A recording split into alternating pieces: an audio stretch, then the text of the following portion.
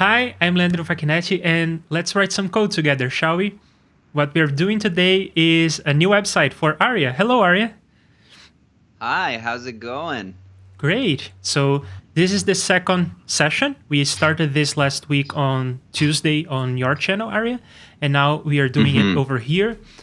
And Yeah. what did you do since then? So I basically kind of took the text from different pages of my site. I downloaded all the media. I looked into I looked into basically um, like what Bo suggested last time, which was to see if other people have managed to like migrate their site from Wix. And I found some old posts where they were like, well, you can do it from Wix to WordPress. And the article itself was old. So then other people were saying in the comments that, like, as of 2018, that doesn't really work too well. Hmm. So I didn't look into it further just because also I don't really like understand what WordPress or how to like set WordPress up. So I didn't look into it further than that. But now I have all the images that you see and I have all the texts and all the texts that have links like embedded into the texts. I have those as well. Now I don't know like the format that that's saved, how that would look. Okay. um, when I view the text, it's there, but I don't know if I like send that to you. Um, if we need to do something extra to turn that into HTML code and stuff like that. We'll figure all of this out, but first, hey Bo, Cool. great to have you here. And Hello, Bo. for people who are just catching up now, this is the existing website. It's done using Wix. And the thing that we are going to try to do is to not use Wix anymore, to first save money, but also to have more control over the website and not just use one of the templates that comes with Wix and slightly modify it. And I guess that in terms of cost, it's actually more expensive to do the thing that we are doing because we are having to build a lot of stuff from scratch, so we spend more time doing it, and time is not cheap. Mm-hmm. But Mm-hmm. I prefer to have this kind of control. And Yeah, absolutely. yeah, okay, so I think that you have a bunch of things, right? You have now collected some of this text and material and video, Mm-hmm. not videos, images, and other sorts of material, right? Mm-hmm. Yeah. Okay, so is it like 500K or is it too big? The texts are not too big. Let me see. Actually, I think. Let me remove these two zip files. When I remove the zip files, the whole thing is like 190 megabytes, but Okay. all the texts are, like 30K. I guess mostly it's the images that are like weighing a bunch. Yeah, okay. So Everything else is pretty if lightweight. the whole thing, if the whole bundle was relatively small, I would just tell you to push to the GitHub repository. But since it is Uh-huh. not exactly small, Mm-hmm. we will not do that. So last week we worked on your machine, and this week we are working on my machine. So can you send me Mm-hmm. this some other way? Maybe drop it on Dropbox or Google Drive or iCloud or Sure. whatever, and just send me a link so I will download that stuff. Sure. Do you want me to push the text stuff just to the GitHub? No, since you're doing the other channel, whatever you decide to do, put everything in a single bundle and send me that way. And Cool. meanwhile, while you're taking care of that, I will take care of something that we talked about last week and I forgot about it, so we didn't do it on the stream, which is this logo.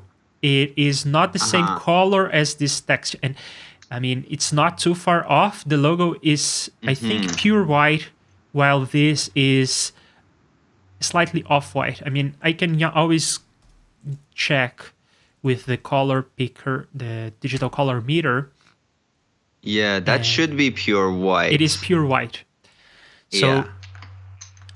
So we talked about how when we dropped the SVG here, this logo is SVG, we dropped it here, it wasn't the right size and it wasn't the right color because it's completely white. And then I said I would fix those, and I fixed one and I forgot about the other. So that's okay. While you're still preparing that material to send me, we can take a peek at how the SVG works. So it has a style tag here and then a class that is applied in many places. But we can take two routes. We can either change this SVG or we can change it from where it's imported, which is here. So I'll first try to change it from here.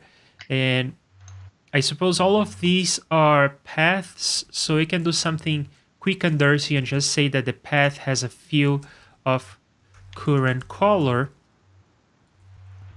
And I will also assign a current color of something outrageous like tomato, just to prove that the thing will work. Oh, and another thing I need to do is I need to npm install, which is something that you did on your computer, but I did not do on mine. Right. So I cannot run the local server yet, but I will be able to do that in a moment.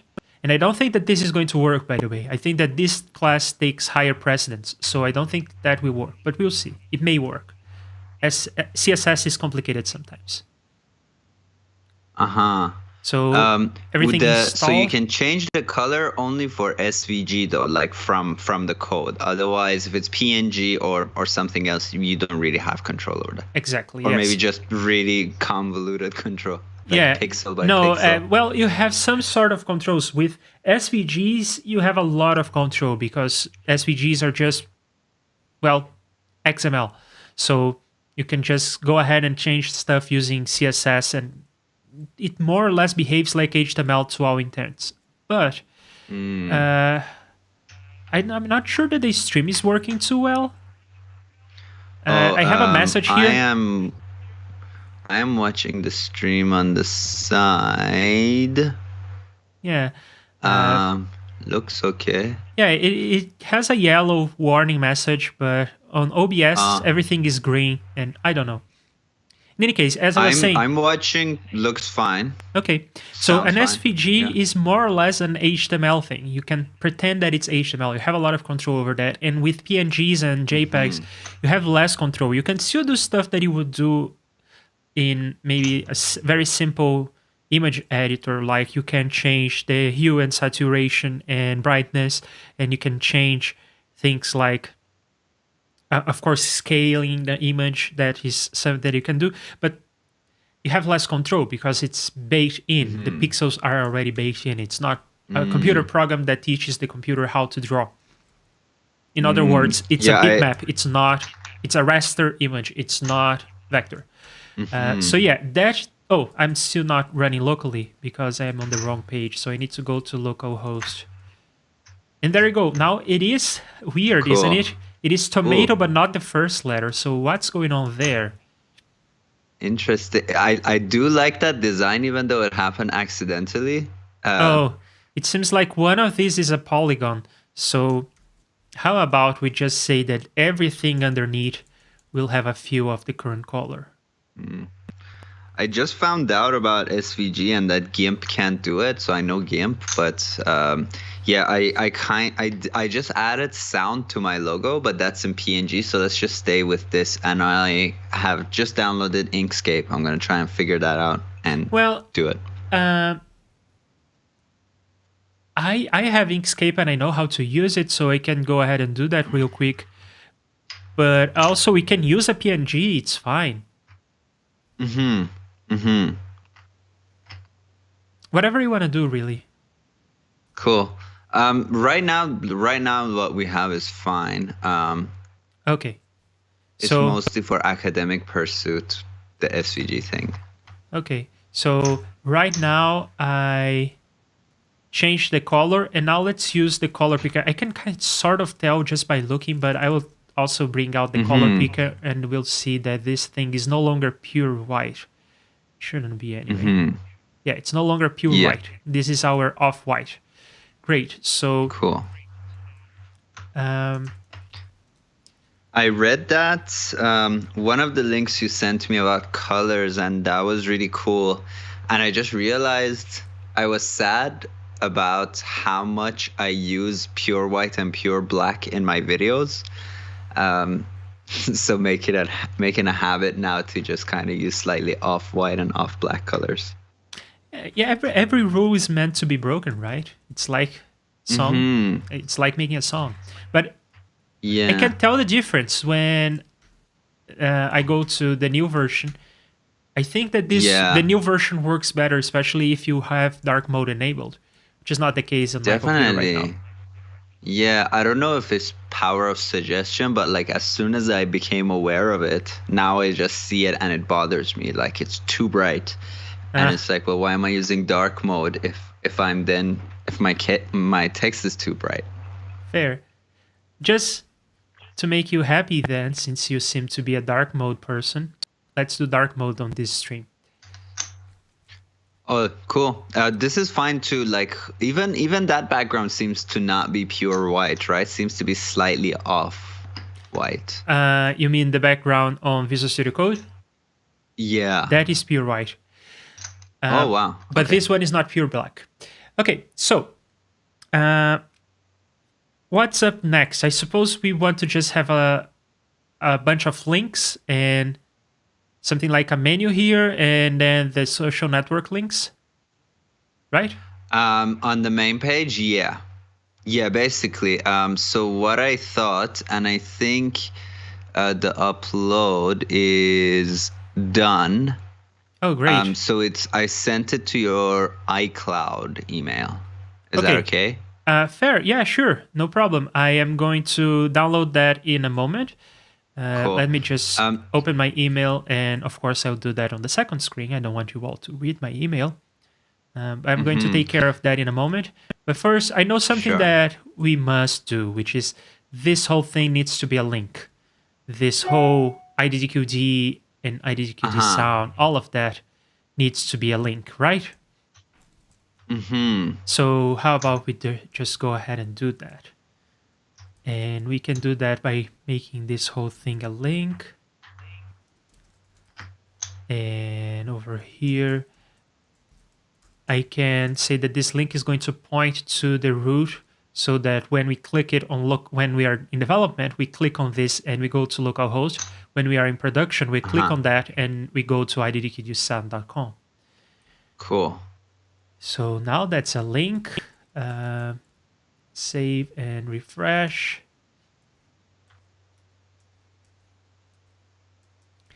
And I don't know why that's taking so long. Did I do anything wrong? Maybe.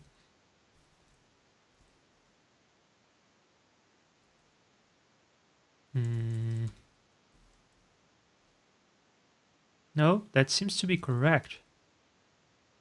And yet the thing is not a link. Oh, it is a link. It is a link. It is a link. Yeah, I was going to say, how do you know it's not? Because it's linking to itself right now, right? Yes, usually you would know that something is a link because the cursor turns into a little hand. But in this case, I am using my style system, my design system, and that resets everything, remember? So that reset that property as well. Now, we know that we probably want that. So how about we just say that all links will have a cursor, which is a pointer. And now when I save this, but there is another indication, even before I refresh, and that is on the bottom left, you can see that it's linking to localhost. But in any case, now that I saved this, now it's turning into a hand. And that's exactly what we want. So this is something the website has control over. I thought it's like a browser thing. Some things are browser things, and some things the site has control over. For instance, that's a very infamous example of something that you don't have much control over as a web developer, and that is a select box like this. This is super operating system specific, and I mean, this box where you have a bunch of selections is something that is super operating system specific. You have very little control over this. You cannot like change the font on this thing. You cannot change, you cannot like put an icon on the right of every item. So if you want to do something like that, you sort of have to roll out your own replacement for this. And there's a lot of behavior, like how the keyboard works and you can use the arrows on the keyboard to switch between options. You have to recreate all of that. You have to recreate the experience for screen readers. It's a complete nightmare. Wow. Okay, so I have here your little file, and I clicked on this, and I have I may not have now that I sent it to you, I'm like, this thing is very badly organized. But you want to open the one that says homepage text, and then go to the bottom. So I thought for the like early build, it would just be a link to the YouTube, a link to the website, to the Wix site. That would just be a weird kind of Wix-based link. Once my domain gets migrated, and then links to my Instagram and IMDb. I thought that would be enough for what would be like a placeholder until we figure the rest out. And then above that is what would eventually be, which I tried to kind of strip it down. And obviously, I'm very open to your feedback on that stuff as well. Okay, so this is the file, right? Homepage text. Yeah. Okay.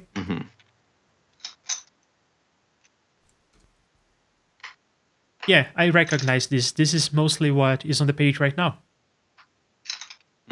So let's start with this, the homepage and logo. Let's flash this out. It's already a link, but I don't think it wants to be... Well, first of all, do you want to have this font over here, or do you want to do something else with the logo? I do like the font there, yeah. Okay, so we'll have something similar to this, where it's the logo and then IDDQD sound right under that. And yeah, sure. Let's style this in a way that makes sense. So we already have some style going on, but we need more.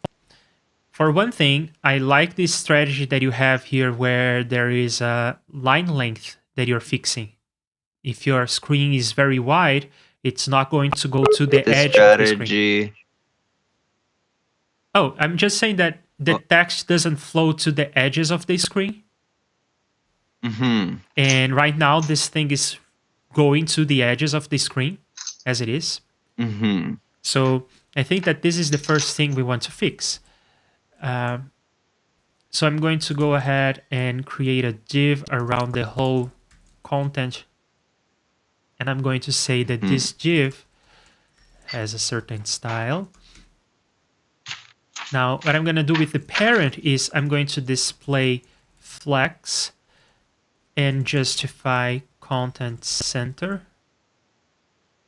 And then on this div, I'm going to say that it has... It's going to be the only div. It's going to be a single column. But it is not going to fill in the page. It's going to have a maximum size. I'm also going to give it some margins in case I have a small viewport, like a phone. I want to have some space around. So I'll give a space of maybe 4. And then I'm going to set the mean width to be... I know I have a typo.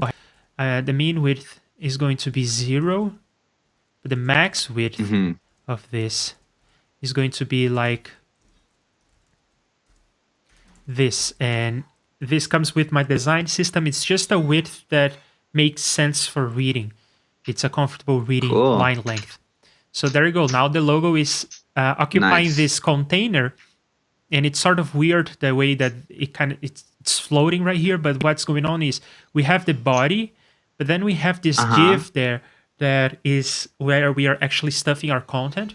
And in this div, you can see that it has a line length that makes sense.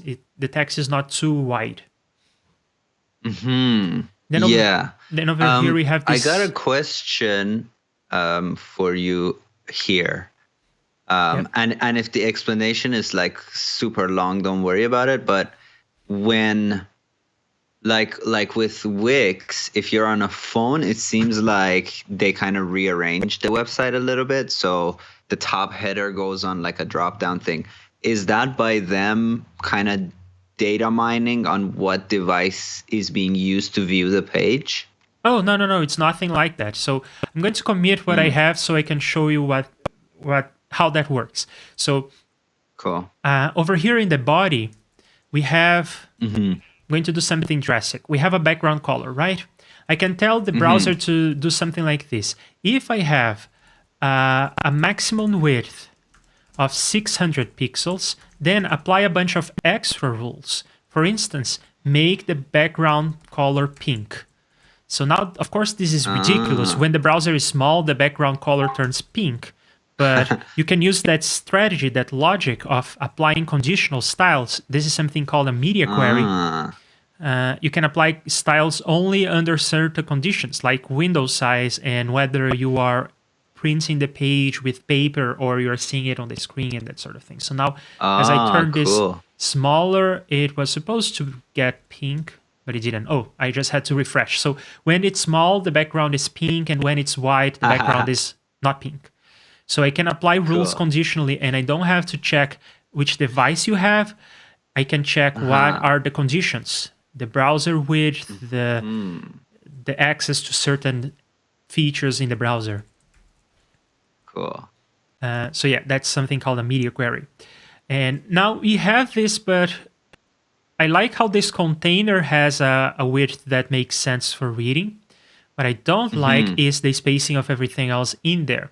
So let's check why this space is the way it is. Well, this SVG is occupying this size, which doesn't really make sense.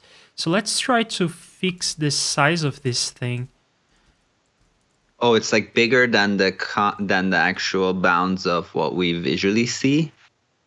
Well, there is a lot of white space around the SVG. So in the preparation of this SVG, you can see that in the preparation of the SVG, there is a lot of white space around it. Do you want me to fix that? It's easy to fix, but I was thinking that maybe we could use the SVG as you have it, so that if you ever go back to your designer and update the logo in any way, like whatever you do, you can just drop in the new file and it will mostly work. She explained to me why she did all of them as a square. I just don't remember. Oh, I do remember. Okay, so we did a few designs and one of them is diagonal. So her logic was like, in case I change the logo to the more diagonal one, if they're different sizes, then I may have to resize a bunch of other things. Okay. I'm quite settled on this one, but yeah. It's no big deal. I We need can to fix this modify very them. easily. So Cool. I kind of like the space at the top, just because it is sort of a good space to have for a hero thing, especially if you end up having a background image on this hero, like the one you have here. So I kind of like the spacing over there. What I don't like is the spacing between these two elements, right? Because of the SVG being square like that, I like what it's doing to the top. I don't like what it's doing to the bottom. But I suppose the fix is super easy. We just go to the thing at the bottom, and we push it up. So we give it a margin top of negative space, and let's try -4 to begin with, and we'll see where that lands. So that's probably not enough. Let's go to -8 and -12. 12 is too much. 10 sort of starts working, but maybe 8 is ideal, right? Yeah, I do like 10 better, to be honest. All right, so we are going to go with 10. It's a little squished, but I do like it. Oh, come on. There we go. So another thing that I noticed is that this is kind of a hero kind of text, a display kind of text. So it is... I'm going to try to do something similar to that, and we'll see where we land. So I'm going to do is a text transform to uppercase. I could just transform this text into uppercase. Doesn't really matter. Then I am going to make this text rather small. Maybe even extra small. And anything I do with the text size, I need to do to the line height to compensate. And then I'm going to make this bold.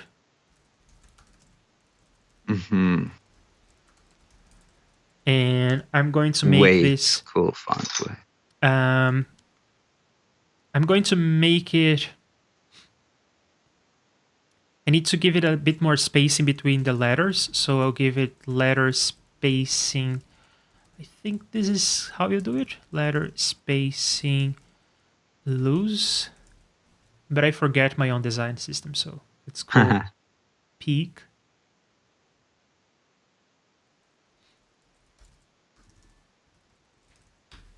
No, yeah, it was not loose, it was wide. So let's do widest. And let's see what this looks like. Cool. Ooh. It's something.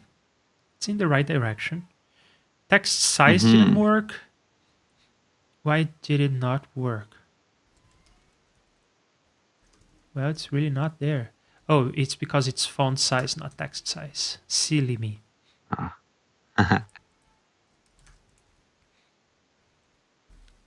So nice to have your own language or at least like your own tool set. Very cool. It's a blessing and a curse. So I like the way that this is starting to look, but it needs to be centered, I think. The original one is centered, and I think it makes sense. I mean, it's up to you. I mean, do you want it to be centered? Yeah, I guess centered makes a lot of sense. Okay, so that's easy to do. Let me think where I want to do this. Guess I'll do it here.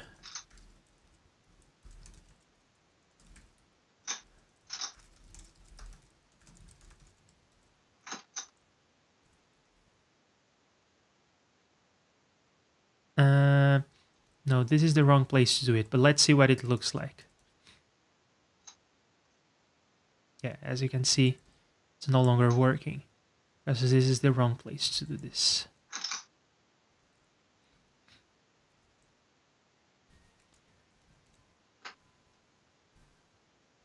Now we are back. Okay, so cool. Now the wrong place, that was the wrong place because I don't want to apply that to the link. I don't want the link to be wide and then the box is underneath. I want the H1 to be wide and then have a little box of being the link in there. And the clickable area of the link kind of extends upwards because of the SVG. But I don't really care about that. Do you care about that? No. Okay, so... Well, actually, there is one thing that you may want to consider, which is what happens when you hover over the link. There is the little hand, but on the phone, you don't even have that. And, well, on the phone, you cannot hover, so that's not an issue. But in any case, do you want the logo to do something when you put your cursor on top? Like, do you want it to change color or react in any way? That's a good question. Here, I can give you, instead of just saying, I can give you a preview of what that would look like. So on my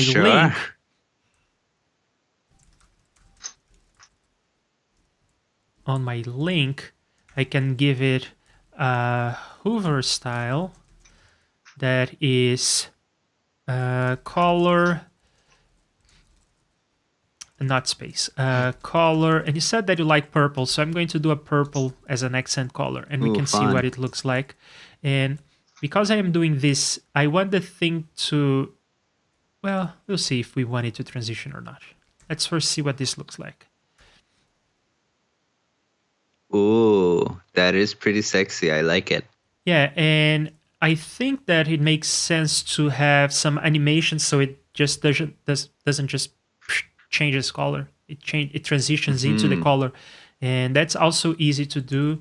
We just do a transform of the colors, right? And this is when I say that you have control over stuff on the website. This is things that probably you can do if you really are advanced in Wix, but this sort of control is something that you're never going to get from one of those templating tools. Yeah, and like it's relatively fewer lines of code. It's a lot fewer lines of code than I would have thought something like that would take.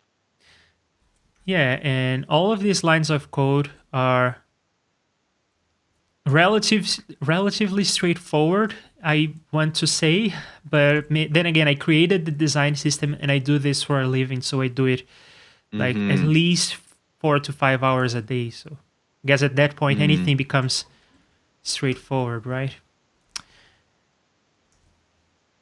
Come on, go ahead, do it for me. You're not transitioning, are you? What did I do wrong? So I have the transition property, duration, and timing function. And this is a link which is changing color. Oh, yeah, just another Oh, refresh. there you go. Beautiful. That's so nice. Yeah, and I Cool. don't think that this purple is really doing us any favors, but we can find a Mm. better color. So I can activate the hover state and then we get the purple. Sorry, my allergies are terrible. Uh, so we can try to find something that works better. Maybe, yeah, maybe a shade brighter is nicer Oh, for brighter? sure. Yeah, I thought with the background, what do you think? Yeah, we can try that. Yeah. Yeah, I think I like that. Cool. Okay, so we are going with 400 on the hover stage. And anytime we do something with hover, we also need to do it with focus for people who are navigating with their keyboards. So they are tabbing Uh-huh. around your website and you want them to see the effect as well.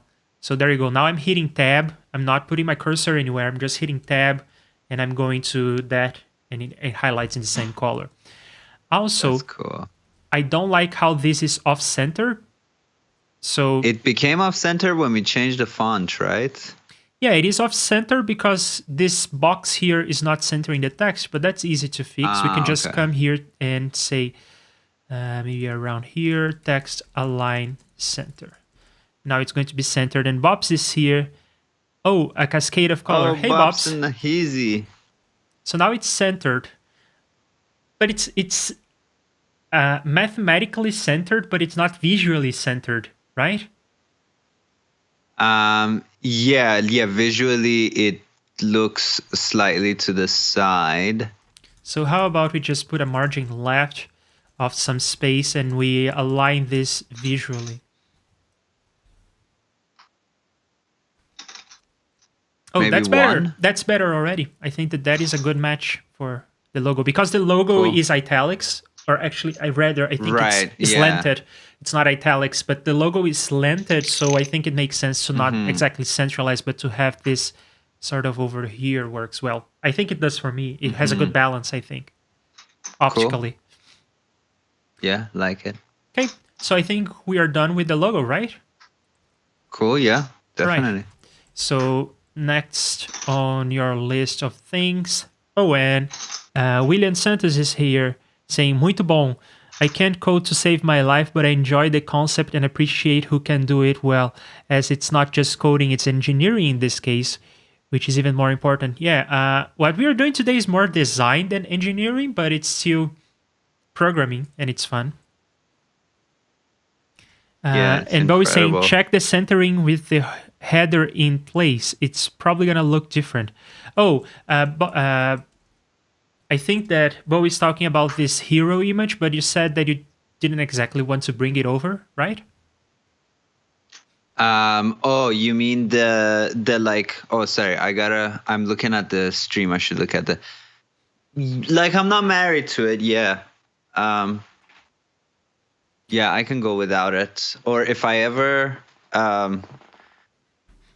that was just a throwaway thing that I did, and it's kind of like pixelated and weird. So if I ever come up with a nice image, I may do it. But yeah, I do like kind of on your website, the design is like pure black, very simple. I do like that. Too many bells and whistles. I don't know. Yeah, some people told me like your website looks really fun, but it doesn't look pro. And I was like, all right, well, I do want to look pro more than fun. So I Yeah. want to be a little fun. Fair. If you want to talk about being pro, there is something that I don't know.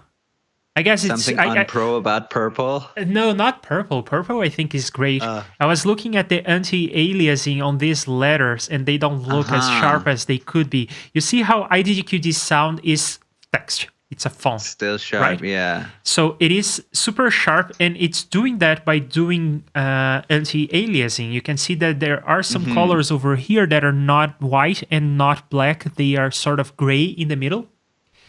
And that's what anti-aliasing means in terms of font rendering. It's not the same as anti-aliasing in nonlinear plugging. But you see how this is not doing the same? Yeah. It doesn't have any lines here, and I'm not sure if it's because it's lented, because on the bottom here there is some anti-aliasing going on. But when I look at like this, I sort of see some aliasing on the corners. But again, smudginess. I guess I'm just nitpicking. And of course, you will not be able to see that on Skype or on the stream, or I guess on your display, you won't be able to see that either because it's not high definition. But on your phone, you may be able to see that. But I don't think it's a big deal. So what I want to do next is this list of links, right? Right. Yeah. So, yeah, sure. I was gonna say, yeah. What do you think about the order? Like, bio is classically first, but I'm always like, why should bio be first? That seems to me like something where, like, maybe more people are interested in. Like, should I put them in order of what I think people are interested in? Which in that case, I think like tutorials is first, and then it's film, and then it's music. Or this way. What do you think about this ordering? Okay, I'm going to do this on this text file because that's where I'm going to actually work on this. And so this is your original order, and I'm going to do it the way that I would do it. I would go by priority. The more important things come first. So I guess it would be tutorials, then film, then music, then probably blog, and then bio and contact. Yeah, that's okay, cool. Because that was my opinion, but I just went with what I've seen on most websites, which is like they start with like actually about that's a me great or bio. point, and I should have assigned you this homework, but I didn't. So tell me some references, some websites that you like and that you look up to. I mean, I do like your website a lot, but I'll tell you one band whose website I really like. They are called Physics House Band. And they had a weird name of their website. It wasn't... Maybe somewhere in there I will find, like on Facebook. They may have given up on their music, because I also haven't, and their music is awesome. So please don't give up, Physics House Band. But yeah, they are. I'm also not finding it. They did not pay for their domain, so now it's this stock page. But here is a trick. We can grab this URL. We can go to the Wayback Machine, and we can see what it looked like in the past. Cool, I didn't know that. That works for everything? Not for everything, but for many things. So it was indexed, January 21st. So let's see what it looked like back then. Loading. I have another reference to if you want. That was redirected, so I guess at that point they were... So when did you hear about these people?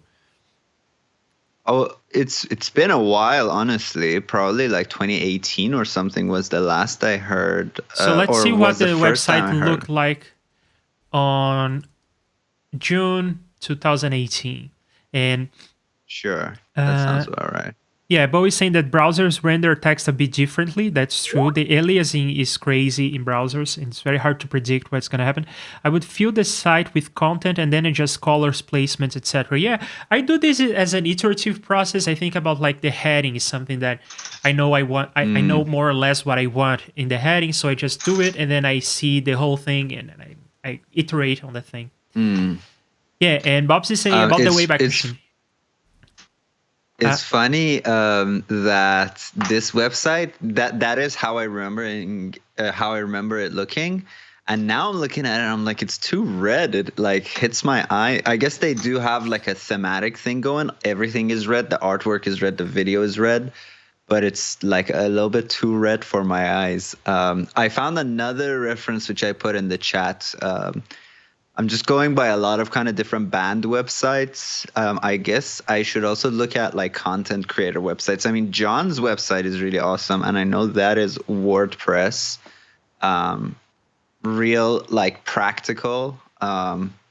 Almost looks like YouTube, which is really cool because I'm assuming like John's kind of primary platform is YouTube. So I like that it's styled after YouTube. Let's see, who else content creator? Maybe let's look at this guy. Yeah, I'm going to start dropping the links of things that you like as references on the README for future us. There's another guy whose website I like, but I'm pretty sure this is just a Wix. This is just a Wix template or a Squarespace template or whatever. His name is Austin Hall. That's not an issue. We can always copy stuff from them. Right. We cannot really use their templates, but we can copy stuff from them.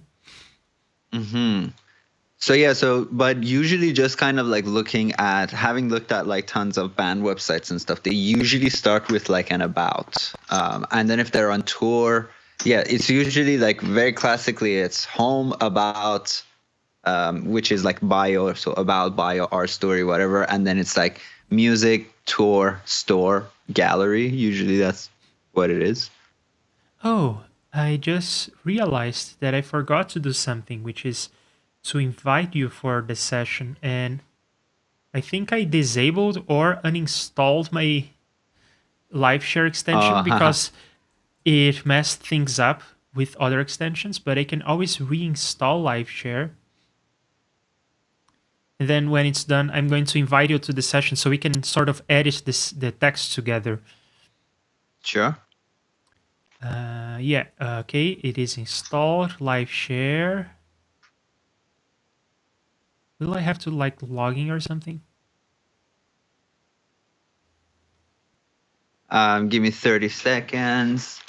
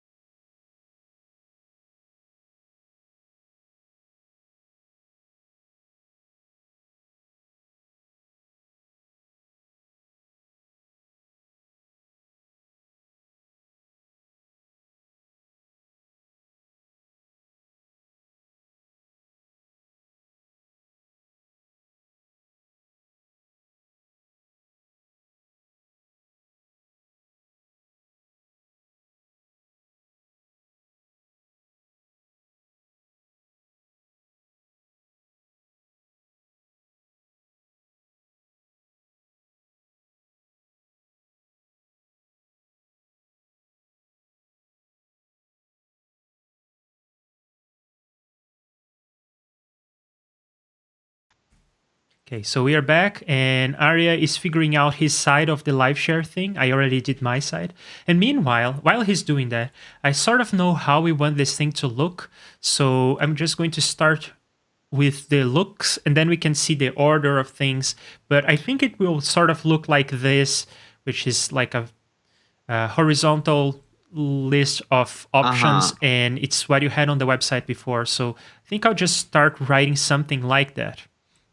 Yeah, I think that's part of like the website grammar almost. Like, I don't like websites that do something else with that kind of architecture.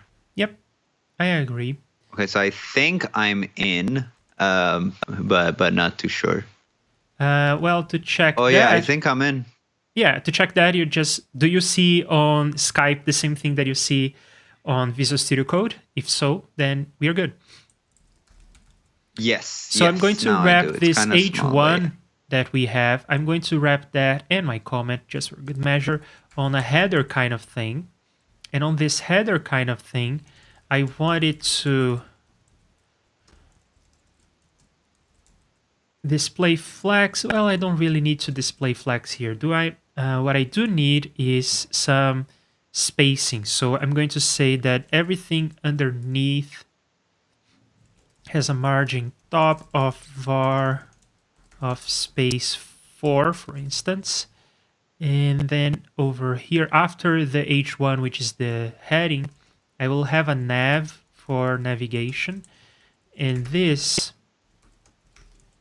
will be a display flags. And then I'll put a gap between the items. Sure.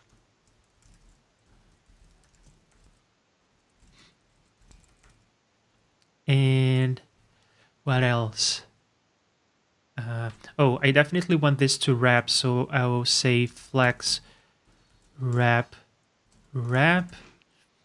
And then I guess I can start doing things in here.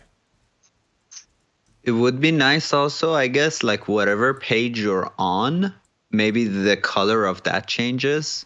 So if you're in the music, like music is purple or something like that. That's a good point. Yes, we'll make that happen. So we already have a link, one link. It's not too much, but it's one link. But let's have several. Or even better, I can do better. I can copy this, or actually, I'm going to do it the other way around. So we're not really sure the order of things, but I just want to have some material on the screen. I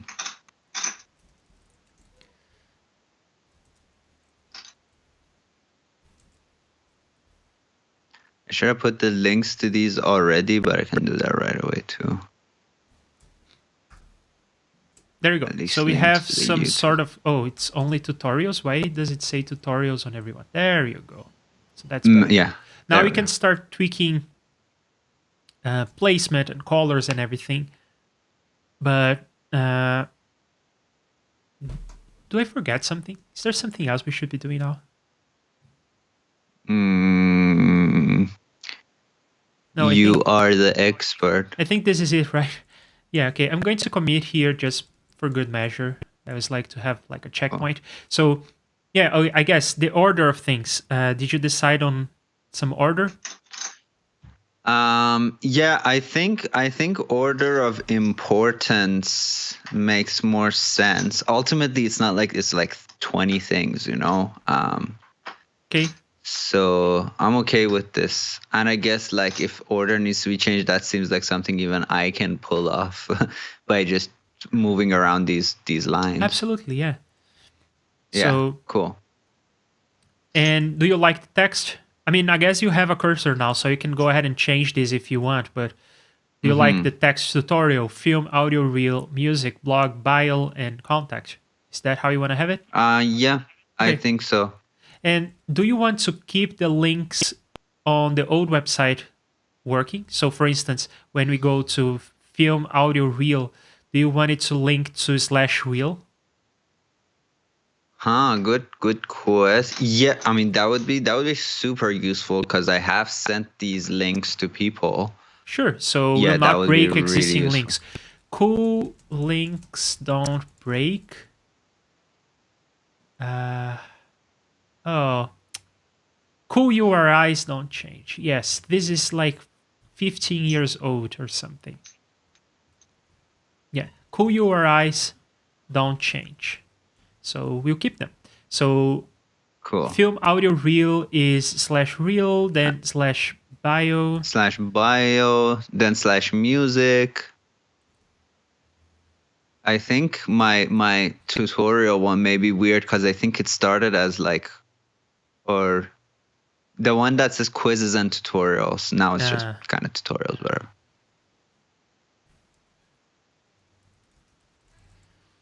And Oh, then, it is just tutorials? Okay, I may have changed that. At the beginning, it was like a big URL, and I was like, that looks weird. Blog is blog. Contact, I'm not too sure. Contact. There we go. so now on the lower left, you see the links are pointing in the right directions. Of course, if we actually follow them, they will not work.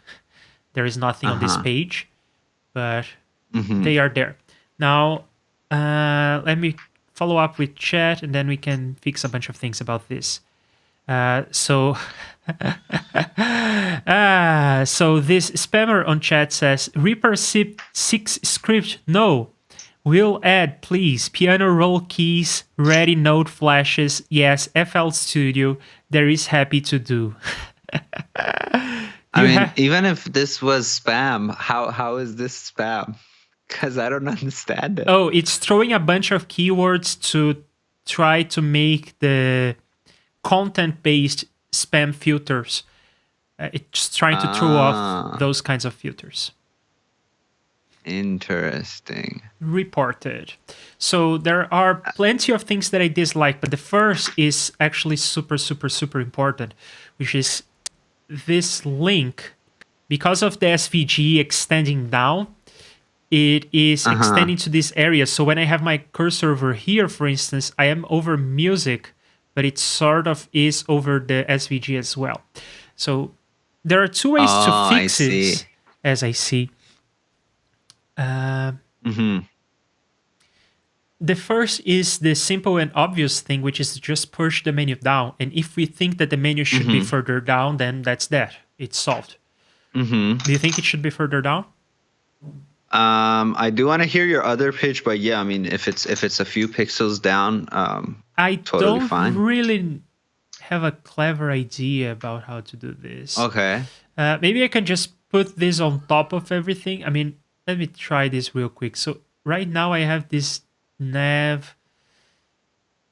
No, it gets annoying, but I could just force the nav to appear on top of the logo.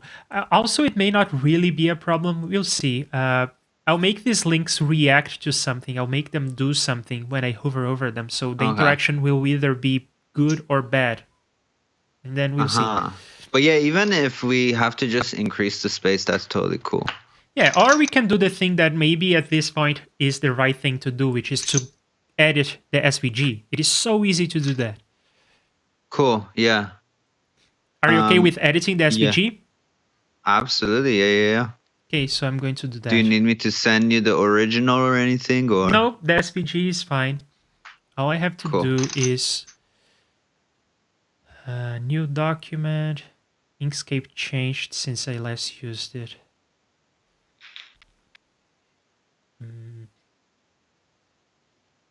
Over media, and then this.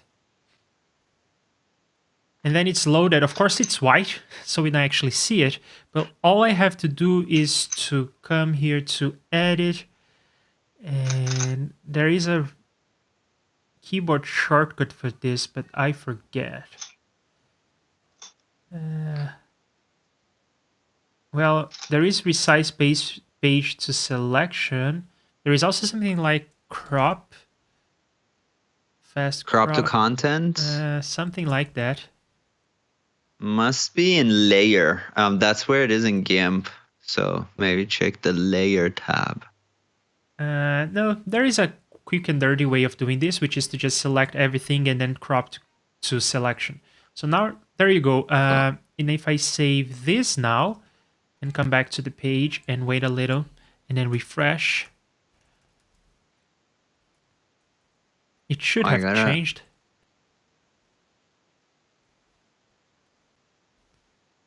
I gotta stop looking on the I know what that is. screen. So just hanging there. Sure. I would just refresh a little. Oh, there you go. So the SVG is now tight, but it's big. Ginormous. Yeah. Somehow some of these accidents I really like. Yeah, I just have to remove the width and the height. But that's easy. I can come to where we are including the SVG, which is right here. And instead of having a width on this guy, I'll have a width on the SVG underneath. Oh wow, Bo has been an art director designer for the past 3 decades. That's cool. Yeah, you seem to know like a ton about this stuff. You're checking out from that line of work. Cool. Yeah, so we sort of changed the SVG. So at this point, there isn't a lot of reason to not go ahead and edit this to size and everything. There's no reason for me to be hacking around to manipulate the size and everything. Just hanging there.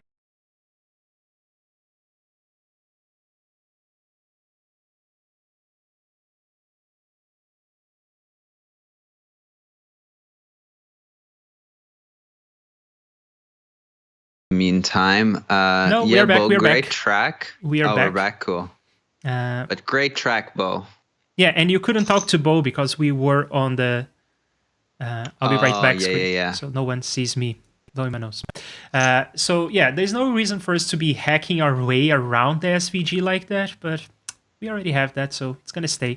And of course, now our negative margin is not doing us any favors. So let's go back to this part and find the right margin that we want to apply. Well, first of all, if we just don't have any, yeah, if we don't have any, beautiful, that works well for us. And then it does not conflict with everything else, and the clickable area also makes sense. So yeah, win-win-win in my book. Huge win, yeah. Except that I have to refresh a bunch. There you go. Yeah, this is looking nice. Now let's go over to this menu. And I'm going to commit what we just did. And here on the menu, there is one thing that I dislike, which is I think it needs to be centered. Yeah. By the way, you know what's really interesting is that we do all kinds of Reaper stuff and stream runs fine. And somehow with Visual Studio Code, every time you go to another tab or something, there's a slight click, which I remember us talking about, but I'm just like, come on, Visual Studio Code. Yeah, Visual Studio Code is actually very hungry in terms of resources. It's probably affecting the quality of the stream as well, more so than Reaper would, because this whole colors and the smooth scrolling, that's all done in the GPU, so it takes away resources from OBS. So it's not like a game, but it is hungry. It is GPU intensive.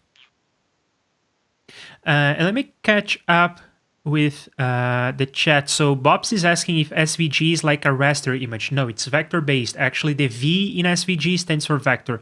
It's scalable vector graphics. SVG stands for that, I think. And yeah, scalable vector graphics. And then, yeah, Bo has been a designer for the longest time. So any inputs you have, I'm glad to hear, because I am not a designer. I'm mostly a programmer, so I hack my way around things. And then, oh, the same person is saying IDDQD sound, exclamation mark, emoji. Yeah. Reaper 6, no, will add, please. Oh, the same as before. I'm fighting you, spammer. Yeah. I'm fighting you. That's right. I'm not going to go down easily. Okay, so yeah, this thing should be centered, and it is centered, but again, I don't think it works well. Do you mean? Oh, sorry. Again, I'm looking at the stream and we're behind. What do you think doesn't work about it? It's one of those It's things where it's off-centered. it's literally centered, but like visually doesn't look super centered. It's not even visually centered. I made a mistake here and there, and now that will fix things. Yeah, this is actually a funny thing. So you remember how my website doesn't look right on Safari in your computer area?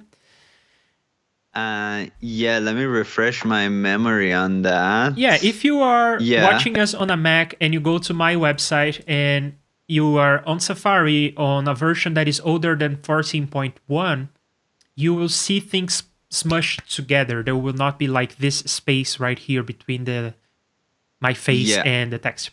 And that is because I'm doing spacing in a way that is relatively new. On my website, I'm doing that. And I'm doing that in other projects as well, but it's not supported in relatively old versions of Safari. And at this point, 13% of all people will see my website slightly smushed together, but not broken in any functional way. So I thought, yeah, well, to heck with that. I'm just going to use the technology that I want to use, which is this gap property for Flexbox. So that's why my website kind of looks strange. But for your website, especially because you are using Safari in a slightly older version of macOS, I decided not to use that. So the heck around when you don't have the so-called gap property for Flexbox. What you have instead is this thing, which has the funniest name. It's the dead owl operator. I was thinking that. Oh my god, I was thinking Not that owner. so much. How do you write owl? OWL. I think you just wrote and typed an N by mistake. Yeah. Yeah. It's not a mistake. It does look like a dead owl. I don't know how to spell that. Yeah, but it is the lobotomized owl operator. Where is it? On the page. There you go. Here it is. I was just thinking, I love when code looks like drawings, like ASCII drawings. So now this spacing is less so. This spacing here is shorter because I fixed that, and we can decide whether we want that or not. Whether we like that or not. Yeah, and by the way, if you want to use that flex property gap, like feel free. The only reason I use Safari is that I've been forgetting for the past year to change my default browser. So I click on links, it opens in Safari, and then I always go, ugh, and then I move to Chrome. Yeah, I was reporting that spammer again. But yeah, cool. Since you're sending this to other people and it's like your professional thing, I'm not going to let things be smushed together, and I will use the lobotomized owl operator. Cool. Fun. They fill, so Bo is saying they fill it with great images plus great copy, that is content. Okay. I guess I'm behind on chat because that doesn't really make sense to me. Okay. But this is centered now. It actually is centered. So how about we make it a little smaller? I think it's too big. Right? Yeah. In comparison to your old thing, it is too big. And I guess I'm going to just go ahead and try to do this globally. I think that globally we probably want something relatively smaller. So now we are changing the font family. I can also change the font size. And since we are changing the font size, we have to change the line height to go with that. And now that we did this, I think that we don't have to do it in the other place. No, the other place was using extra small. So let's see what this looks like. Yeah, it is smaller. These menu items are smaller and they kind of match the size you had here, so I like it. And let's see what this looks like on a phone. On a very narrow phone. Yeah, so right now the links just wrap. Uh-huh. And That's okay. I Yeah. find that appropriate. I like that. But if you want to go with the hamburger menu that I think you have on your website now, we can do that as well. Just I tend to not like the hamburger menu. Oh, on your website it just doesn't work. Okay, yeah, you do the hamburger menu. I tend to not like the hamburger menu. But if you want to do that, we can. Yeah. No, I agree. I'm not a huge fan of it. I just think for me overall, when a website navigationally is a bit too fancy, like you gotta click on the image of the treasure chest to open their store. Uh-huh. I'm like, yeah, I'll figure it out eventually, but I'll be super annoyed for like 3 seconds. And like, why not just go with how websites are kind of regularly built, you know? Yeah. Which And I guess that hamburger menu, like now people are used to it. Now I understand it. But yeah, early on, I would just be on websites like, what's going on? And then I'd be like, oh, I got to click on that thing right there. So I'm happy with this wrapping. there's something that I'm not happy with, which is in a relatively small screen like this one, is the IDDQD sound off center? I mean, I know for a fact that it's not off center mathematically, but optically it seems off center. I guess again because of this lented logo. I'm not so good at seeing these things. Yeah, I'm not so good at seeing these things. That's the end of that sentence. Yeah, so I guess I'll just leave it. It may be something off of my head. Oh my god, the spammer is back. Spammer, are you watching us or are you just a robot? Are you a real person? Tell me you are That'd a be real embarrassing person. if they're a real person. I don't think that they are. They would not talk that sort of thing, I don't think. Do real people talk like that? Okay, so are you happy with the menu like it is right now? Yeah, I'm Okay. happy. In terms of spacing and everything, I'm happy as well. So what I'm not happy with, of course, is again coming back to the hover state. I want that to do something. Do you want it to just be purple like the logo? Do you want it to do something else?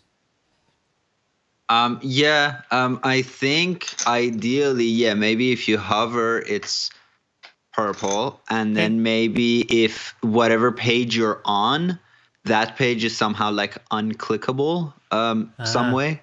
Okay. Yeah, let's do first the purple thing and then we can do the current page and look into that. Sure. Because right now we only have a single page anyway. From an artistic standpoint, what is your opinion on the purple? And meanwhile, so Bobs is saying that they blocked the person, but I can only report their messages. I don't know how.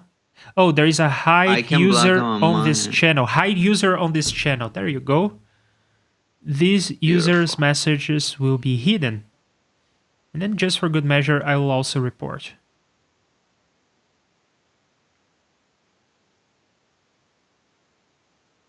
There you go. So let's do the purple thing. And to do the purple thing, we are already doing it in one place. So how about we just go there? Oh, and I was missing something actually on this purple. So there is the inactive state. There is the hover state, which is also the focus state with the keyboard.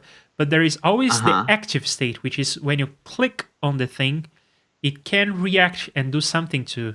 So I am going to do something there on the active state, which is probably just make the purple slightly darker. So it kind of feels like you're pushing down on the button. Very nice. So I'll have to refresh this 500 times, and then when I click on the thing, it should get to a darker purple. Yeah, it is getting there. So it gets to this shade of purple when you click, but it's only for this brief moment, so you barely see that. But I think it's a nice touch. So now that we have this, we have a notion of what a link looks like for us right now. So how about we extract this notion into a class? Add root link. So we extracted that notion into a class, and I suppose that all of this can stay there. Yes. Oh, and now that we have this link class, we can find all our A's and apply the class to them. There are thousands of ways of doing this, but I think that this is going to work.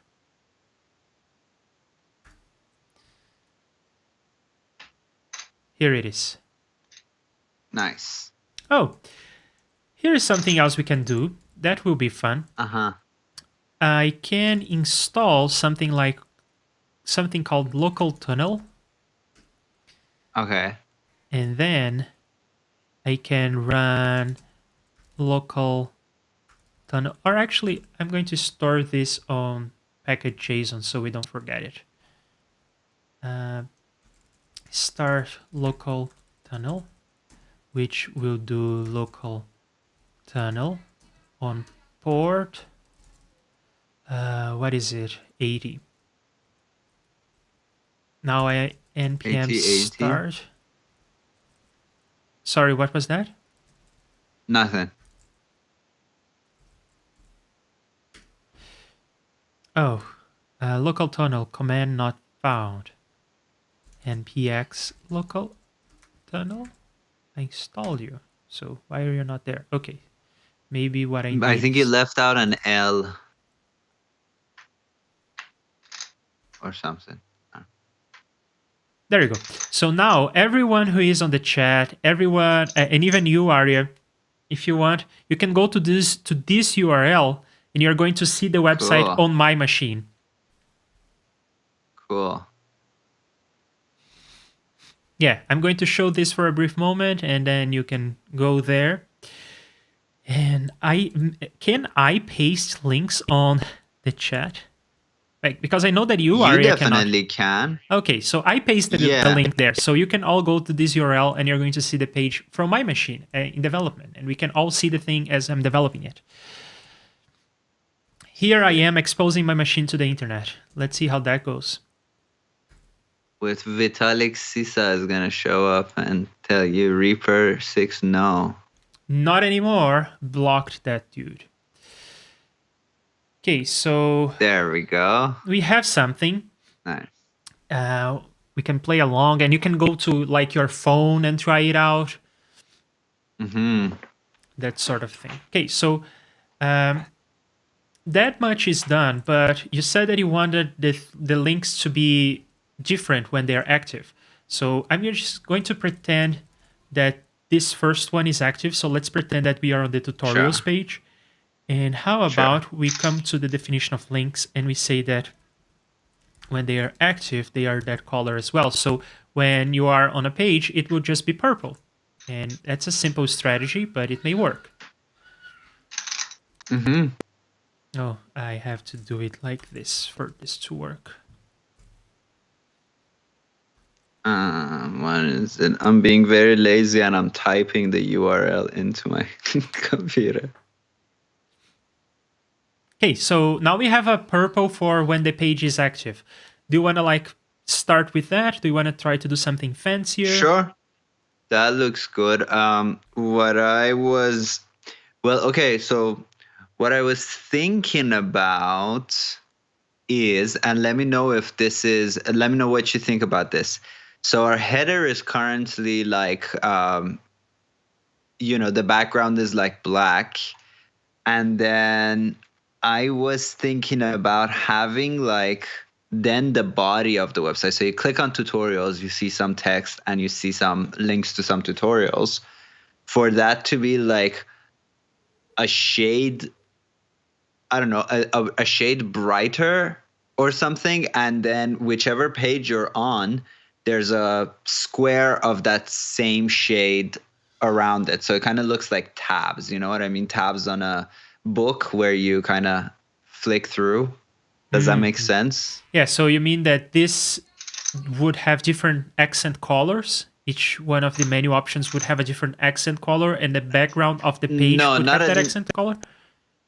No, not each one like their own, but just like the header is a shade darker, and then a square goes around the background for all the pages could be or should be the same background. Okay. But yeah, there's just a square around the one that you have selected. Okay. Let's give that a try. Somehow my computer or my phone is like not letting me open this. May just have mistyped something.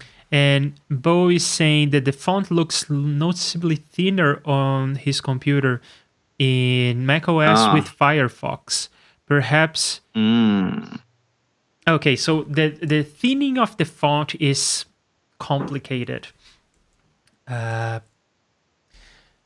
Because different browsers have different rendering engines and different operating systems have different rendering engines. And macOS by default comes with this setting that does something called font smoothing. It's just messed up. It messes the original intent of the font designer. So in my computer, I disabled that, and in my CSS, I disabled that as well. And that may have other consequences. It may make the font look thinner in some contexts, but I think it looks better overall in most devices. But let me know if you disagree.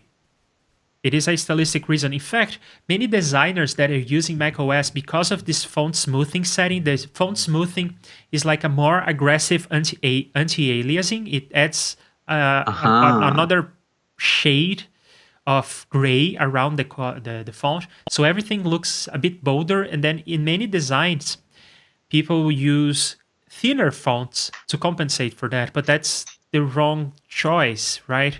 The right choice, I think, is to disable that behavior. And that's what I try to do. But I don't know if it works across browsers. I know that it works at least in Safari and Chrome, but I'm not sure about Firefox. But I can always show on Chrome, it seems to work. On Chrome, I'm seeing what you're seeing. I think your screen is bigger or more zoomed in, but I think I see what you see. Yeah, I think that I understand what Bo is talking about, but only by a slight margin. I don't see a lot of difference between these two. But then again, I am running a weird resolution for the stream, and the stream is not going to do this difference any justice anyway. So, by the way, you know what's super interesting? On Chrome, when I do Command and Plus to zoom in, the SVG just keeps looking really good. It doesn't do that. It seems to be doing the anti-aliasing thing fine. Yeah, when you hit Command Plus to zoom in, the SVG is given more pixels to render the same shape, so the anti-aliasing goes away. I mean, any aliasing problems that could happen will go away. Oh, it's when you zoom manually. I see. Yeah, when I zoom my viewpoint, yeah. It's when you zoom to see the pixels closer together. I mean, from a closer distance. Okay, so I think we have something here that you want to try, which is to have a background with a different color for the material as opposed to the header, right? Right, yeah, like a shade brighter, but still kind of black, basically. Yeah, it makes sense for this to be brighter because in terms of brightness, the things that are brighter will look closer to you, and the things that are darker will look further away. Let me go to a design that I can use to demonstrate this. So here, for instance, these menus look closer to me. They bring attention to themselves, and even this card here, it is like on top of the thing. You can imagine that there is a source of light, and then it is hitting these things first, and then it goes to the background, right? So very cool. Yeah. What you're proposing is something similar to this card, where your content, your main content, is in front.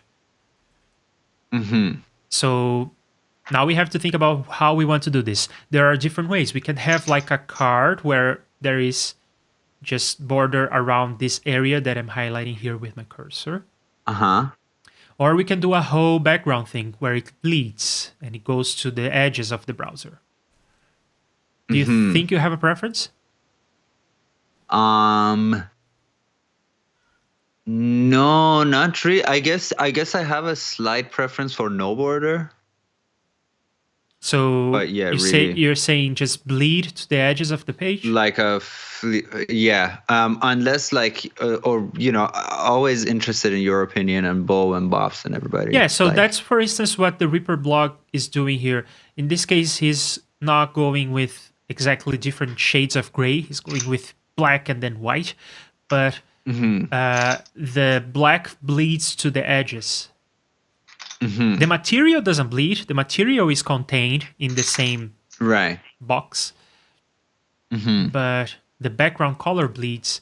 And same here, actually, with this heading. The material is contained in a box, but the background color bleeds. So, yeah, and same here, you see, the background color bleeds, but the material is contained in a box. So I think that's what Yeah. you're going after, right? Yeah, and I think it's nice also because then later, like in blog pages and stuff, if we have a border, it's harder to work with versus like the text is contained in a like visually borderless, but in reality, it's kind of contained in a center. But then I can show some images wider when it's needed. You know what I mean? Yes, I know what you mean. Okay, so the way that Looks good on phone, by the way. Oh, great. So let's drop some text in here, and I was gonna write some Latin text, but I suppose I can just do something like copy and paste this over there. So we have some material to work with, and now I'm going to commit what we have now, and I'll start doing this thing. So I have to restructure my HTML a little bit to make that work, because right now we are doing the border of the content for the whole page. But if we want the colors to bleed, we have to do that differently. That's easy, however. All we gotta do is move this out of the way, and we'll have the header. So let's think about this structure. So we have the body, and the body is going to make decisions on the fonts and even the colors. And how about the background color as well? That doesn't hurt. And then we have some classes. Then we'll have our heading. So let's go ahead and do the header. Where does it end? There. So now we have is popping. So now we have a heading that we can apply some background color to.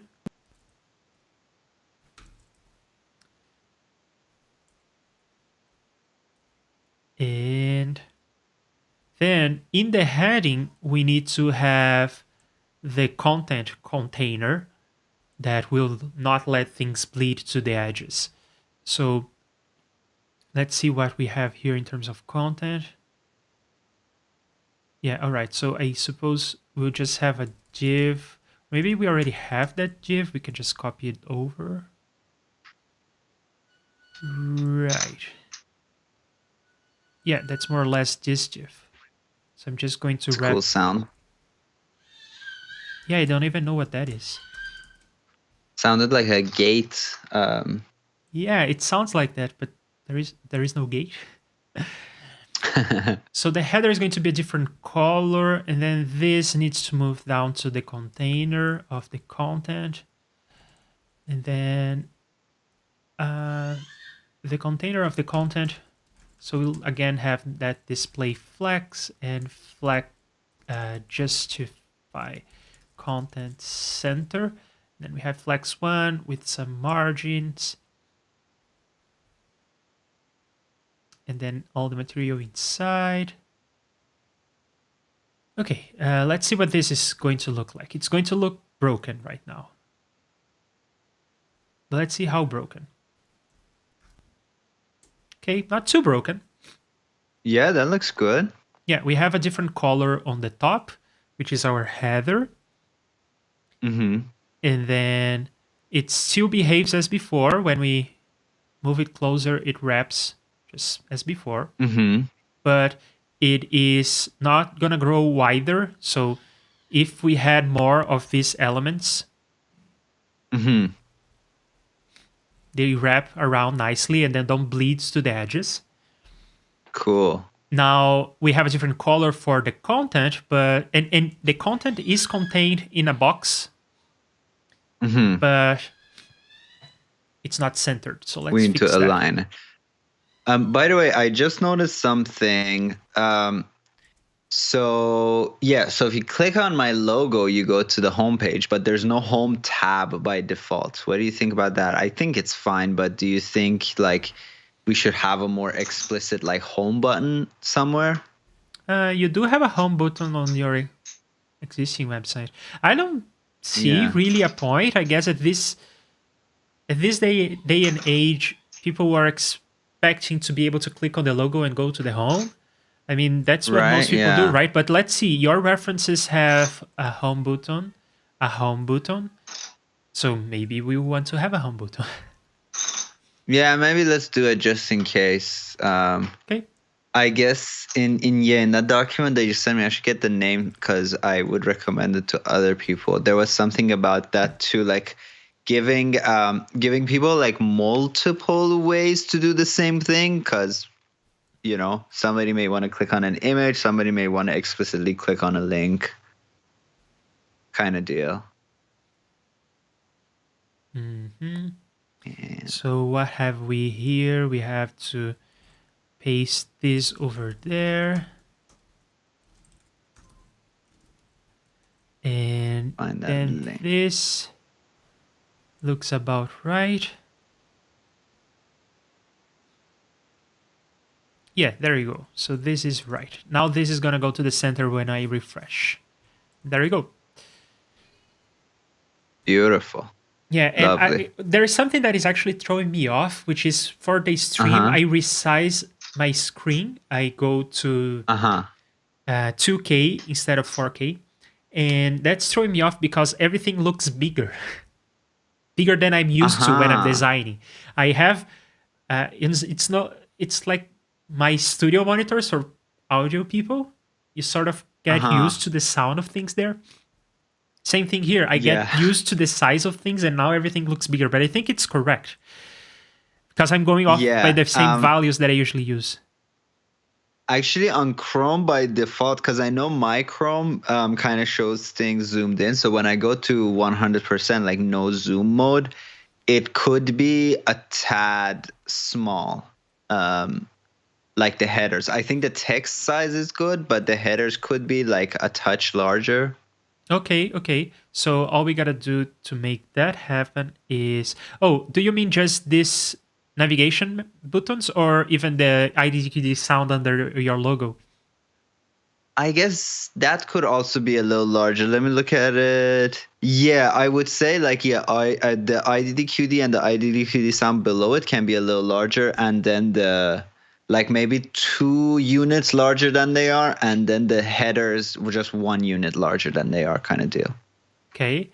I am going to grab this and go to the navigation and paste it there. And it's going to go from small to base, which will make it a bit larger. So let me catch up with chat. So Bo says, perhaps have each page match a color font. Okay, yeah, that's the idea we are talking about. What is a color font?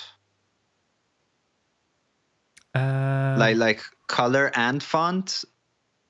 What is a color font? What are you talking about?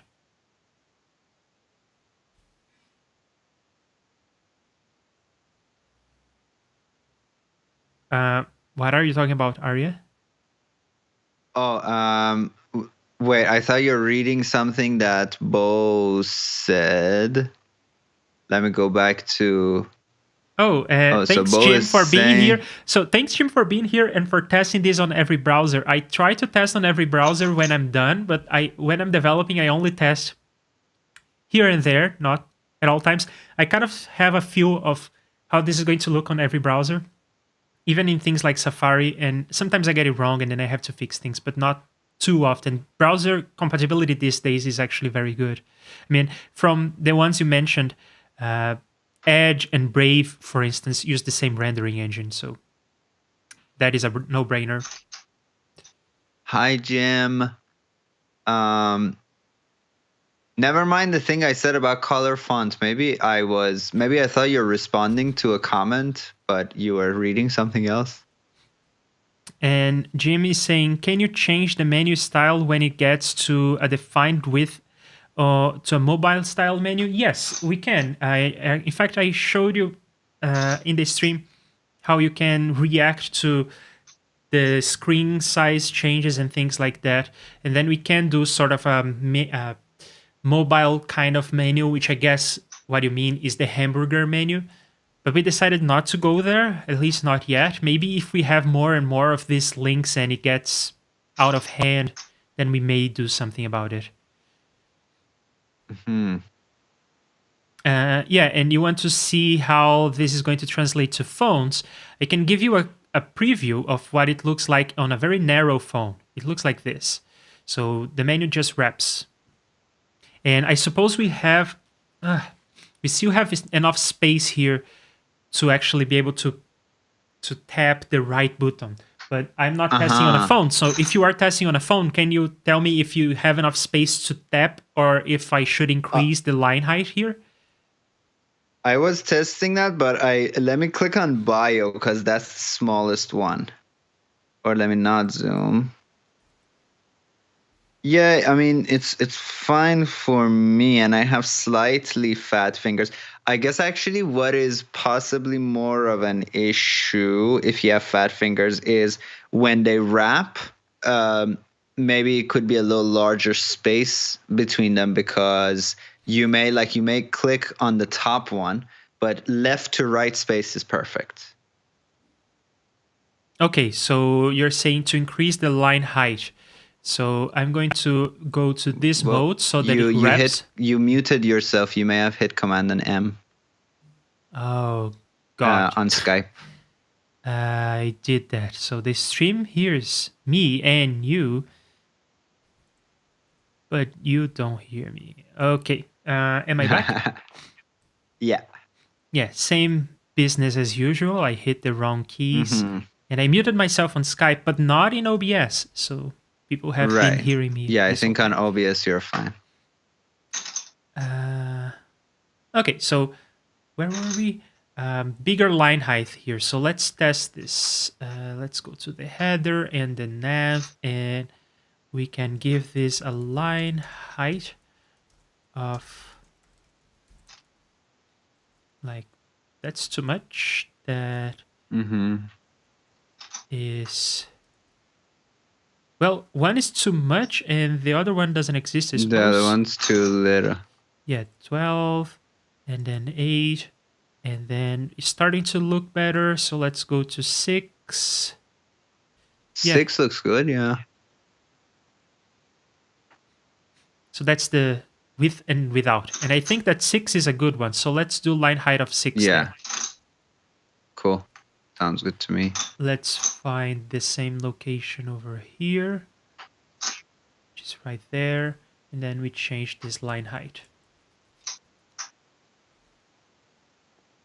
Okay, so that's done. Next, and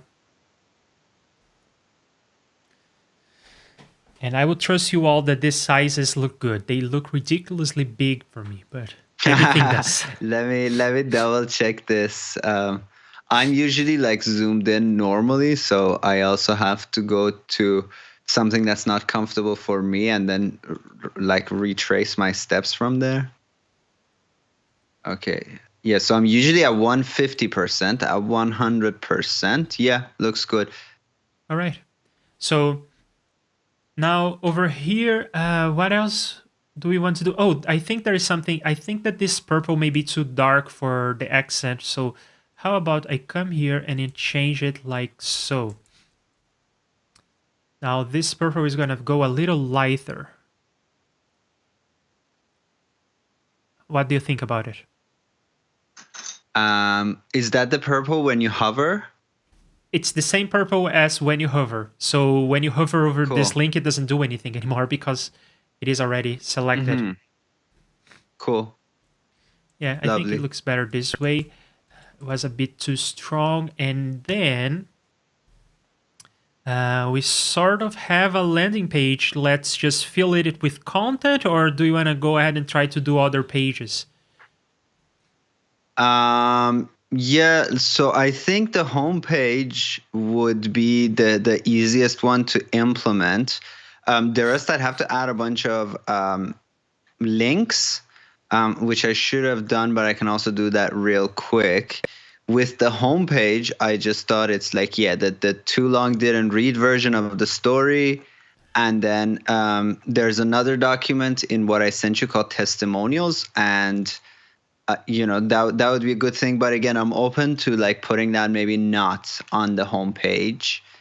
And I do like your homepage, so maybe the homepage could instead like contain like, this is my YouTube channel, this is my Instagram, or I don't even care about Instagram, really, YouTube channel, something. These links, right? Yeah, so let me catch up with chat. Looks sure, I really fine. got it. I don't have the iPad today, so it's. I cannot stress this enough. Fill the page with content before you start adjusting font sizes, placement, colors. Yeah, we are doing that iteratively. We are revisiting things like the font size and the menu after we have put this content here. So we are doing that. We are putting stuff. We can also just put the whole content, but there is this. Actually, this is a more philosophical thing, but I'm going to go into this distraction. I think that you cannot just have a whole page with all the content and start styling it the same way that you cannot start styling if you don't have any content. I think it needs to be an iterative process because you want the design to inform the content as much as the content is going to inform the design. Now, of course, this is a sort of a political statement too, but I think that the presentation shapes the material. So that's why I do it in this. That's my process. It may not be like the best process, the professional process, but it is my process. I try to create the content and the design together, sort of. Going kind of side by side. Yeah. And of course, you don't spend too much time picking the exact shade of purple before you have a whole page, but you decide that the thing is going to be purple, and then you may revisit it later, but you iterate on the thing. Right. Yeah. But by like we could though, maybe like we can try bringing in what do you call it, like an image or something, have a like one of every type of thing. I was also just wondering, so when it comes to images and stuff, like how does that work? Because so far, like we're doing the XML of the file. So when it comes to images, the images are saved in the domain and then they are referenced in the index. Yeah, so the way that an image works, let's get a one image from your folder. By the way, let's get an image in. Yeah, I will put an image there. And Bob says, how about one of your tunes play the background when the site is open? Do you want to play a song?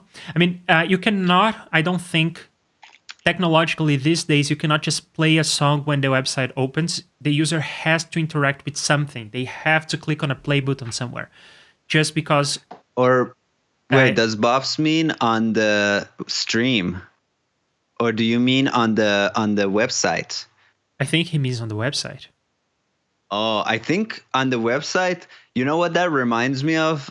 Maybe you remember the MySpace days and you would like click on somebody's profile and then suddenly like black metal is like blasting. Yes. I always really hated that. And like, I don't know, maybe somebody's on your website while listening to a podcast or their own music. So I personally, it's a big like pet peeve of mine to have non-consensual music when you click on a website. I would not expect to hear it. And then, like just maybe I'm like listening to a podcast or something like that. And people these days get annoyed very quickly, including myself. Like if I go on a website and I look around and I don't see the thing I'm looking for pretty quickly, I'm like, fuck this, I'm out. Yeah, browsers disabled that actually. You cannot have music that auto plays like that. It's just not a thing anymore. Bo says, I do some color adjusting. Bo, I mean, I'd be happy to send you the image because I am pretty illiterate with color adjusting and all that stuff. Okay, but do you want to just drop in one image? Do you have any image that you have in your that you already? Yeah, in the site files. In the site files, there should be one. Let me tell you the name of it because I think it mangled the names of my stuff that I had previously. Is everything in here safe for me to show on the stream, or should I do this on the other display? Absolutely, yeah. Okay. No, they're safe to show. No, they didn't actually change the name, so it should be called Aria _ headshot, or not underscore. Yeah, Aria headshot. I lied. It's not Aria headshot. Where the fuck is it? Maybe just headshot. I really like this. Headshot. Edited. And cool. These two seem to be the same, judging by the file size. They're just cropped, I guess. Because I kept bringing it in and then being like, nope, crop, nope, crop, nope, crop. But the one that I'm in the studio, where is that? Did I rename that for some reason? Oh, it is called... No, I lied. It is not. I just can't see it. It's not the RFRT file. It's not the screenshots. It's not the SD4VM stuff. Yeah, I should have really organized these a lot better. I wasn't expecting us to get this far today, which is super awesome, but now I feel also very underprepared. Am I still not finding this? Could have sworn it's called Aria Headshot, unless it's not actually in these media files that I downloaded from. Is it one of your? Is it one of the images on your current website? It is, yeah. When you go to my main kind of website, when you go to the homepage, when you go to the bio page, there's an image of me in a studio with analog gear, which is how everybody this one, thinks. Right? Yeah. Okay, so I'm going to get it from there. Save image as. Oh, sure. Code. IDDQD sound. I guess websites don't like compress or degrade your images, so you can just download off of a website and you'll be okay. I suppose. I don't know. I think that Wix is doing something to your image because this is saving as WebP, and I'm pretty sure you did not make this as WebP. You know what? Why don't I just drop it in the chat? Drop what? With my the full image. Oh, you have that. Yeah. Okay. I just thought it would be in my site media, and somehow it seems not to be. So that's coming up in 1 second. There it is.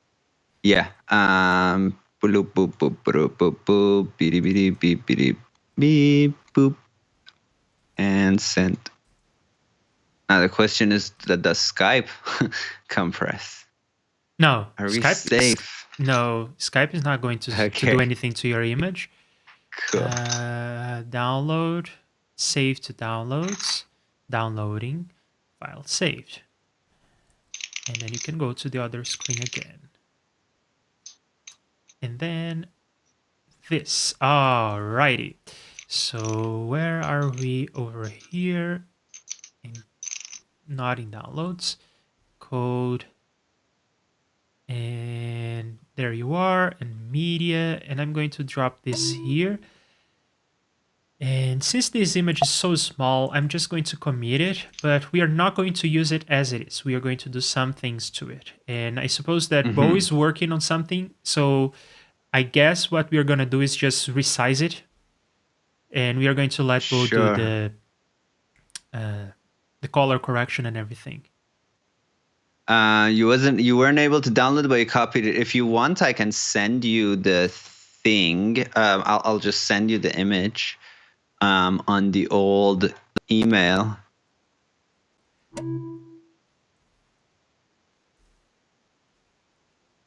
This is it's fun that we all know each other on this stream. Yeah, it's a community. That's the best part of it's a doing community this. affair. I'm like, I have the emails of everybody who's on here, which is not normal for streams. So, Aria, how do you want to use this image? I know that Bo is going to color correct it and everything. We can sort of pretend that we know what we are doing, and we can come here in preview and do some quick color correction as well, just by clicking on auto levels, and that will do something. I mean, this is the original. Yeah, so I thought it would be in the landing page. And then, so you come to the landing page, you see the links above, you see the logo above that. And then below that, so I guess two ways of going about it. Either having the image first, and then below the image is like the quick bio, like the short bio that we have. Or the bio is first, and then the picture is next. And I guess like research shows that, people respond to faces. So maybe picture under the titles and then short bio under that. But I think the picture should be small enough that when you land on it, you can see that there's some text below. Fair. Do you want to use the image in its entirety? Do you want to crop? Do you want to do anything to it? To be frank with you, it feels like my visual mind has only now awoken. I mean, I wouldn't mind getting... No, I like it because it's all about the hardware. All right. It's to pretend that this is what audio engineers do. This is going to be the image that we are going to use, and Bo will send us a better version of it. But in terms of size, we have to do something.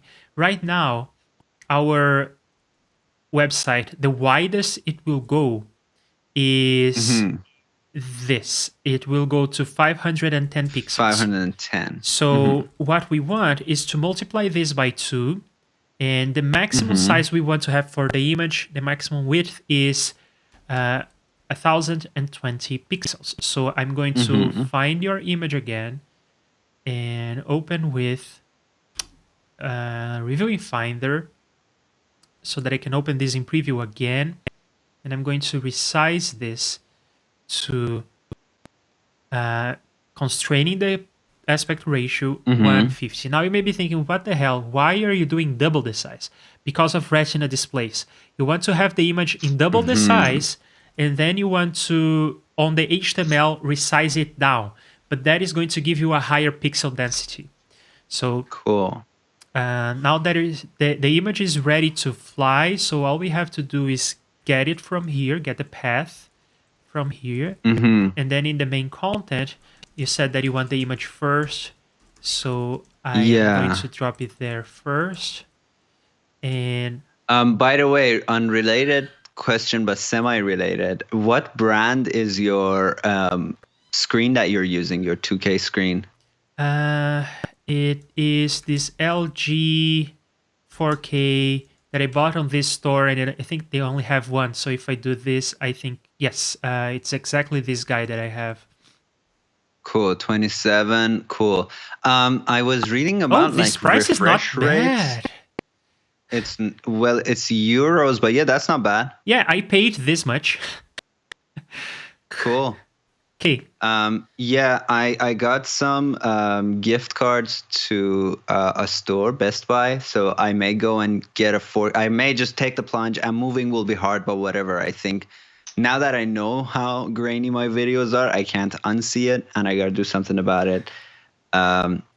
Yeah, so refresh rates, like I was thinking 60. If refresh rate is 60, that means that's the maximum frame rate I can also capture, right? Correct. Yes. Okay. Cool. Yes. All right. So I guess I don't need 144. I'll go with the cheap stuff. Yeah, if you have a 4K display, at least the last time I checked this, if you have a 4K display running in macOS, you cannot push it any further than 60 hertz. Unless you have crazy dongles and you have to go through very weird configuration in macOS. It just doesn't support that, because going higher than 60 hertz or 60 frames per second is especially good for gaming. But if you're a gamer, what are you doing with macOS? Go buy a PC. You know what I mean? So True.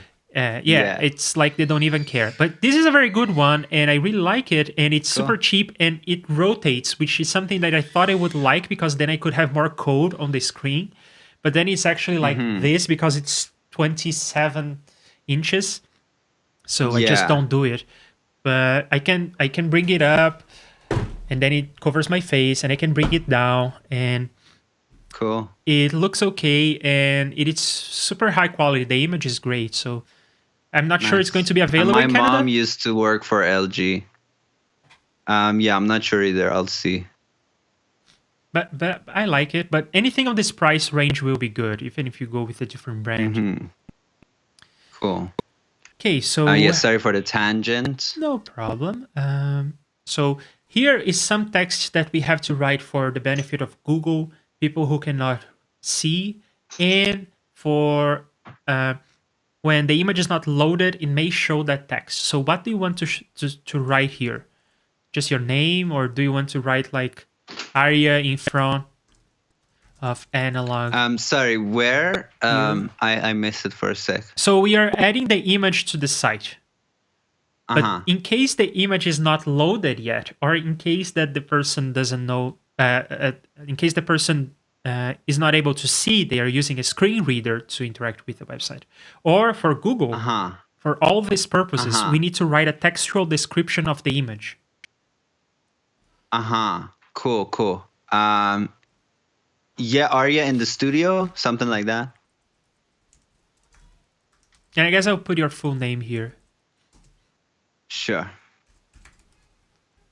Should I maybe I should name drop the studio as well. So say Aria in Blue Light Studio. Like this? I'm watching the stream again, which is behind. Yes, and I guess it should be at. Yes. Yeah, cool. So now we put the image and it's there. Now, as I said, it's bigger, and that's kind of on purpose. See this thing's flickering?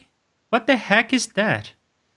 Come on, Chrome. I didn't see a flicker. Oh, okay, yeah. The thing here on the right was flickering like crazy. In any case, so we put the image there, but it's too wide, and that's on purpose because we want to support Retina displays, higher resolution displays. So what we can do is come here to the top and say that all images will have a maximum width of 100%, and the height will be automatic. And there is something that I like doing, which is rounded corners. You can see rounded corners around me. You can see rounded corners around you. I like rounded corners. Do you want to have rounded corners? Sure. It's kind of a futuristic look, right? Okay, so I'm going to put the rounded corners. You can tell me if you like them. Sure.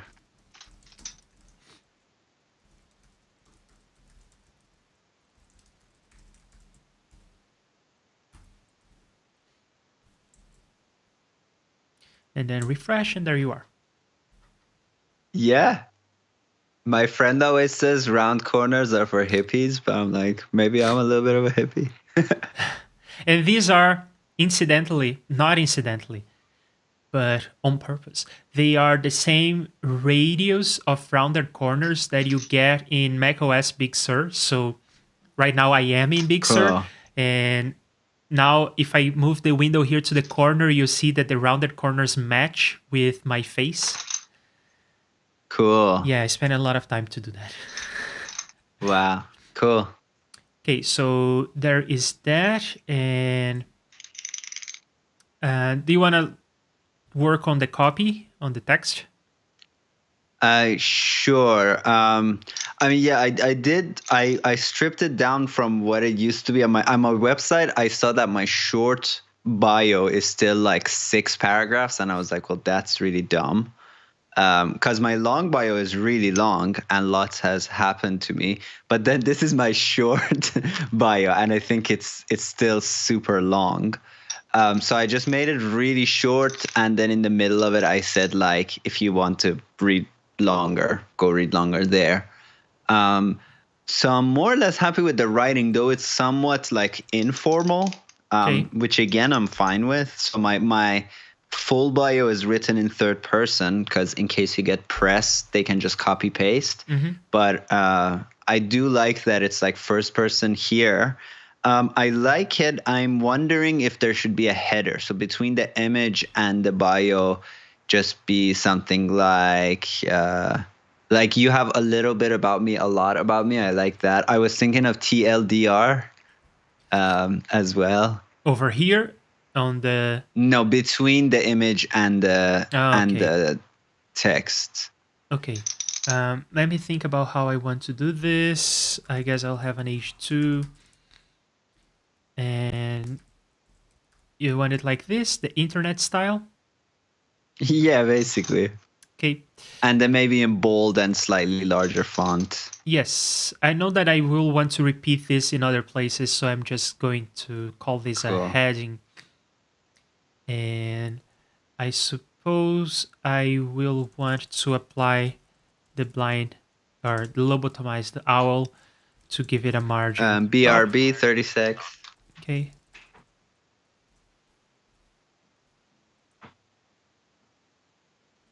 Meanwhile, I'm going to create this style for the heading,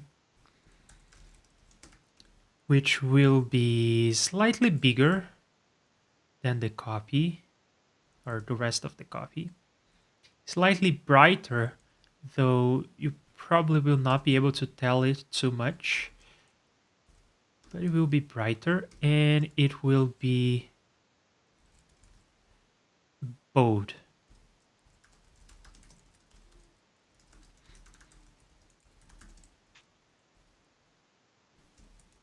And I think that's a good start. Let's see how this looks. There you go. Cool. So this is a heading. It is slightly bigger than the rest and slightly brighter and bold. Cool. Looks great. Love it. And there is something that I don't understand about this, which is why is... oh, because this is not a tag. Okay, I will put a tag here. So the spacing is not fine. And I suppose that for the heading, I will want to have a margin top of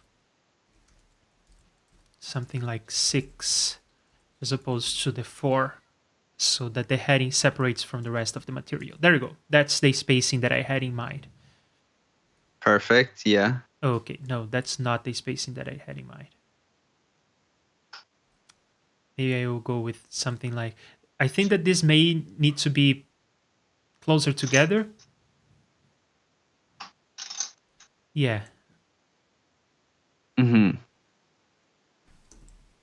Let me try this. Wait, in the I'm browser. again looking at the stream. I really gotta get my shit together today. Let me find this. Where is this? There. So, yeah, I think that 2 is the number that I want here. Fine. Okay, I'm just tweaking the spacing of these things.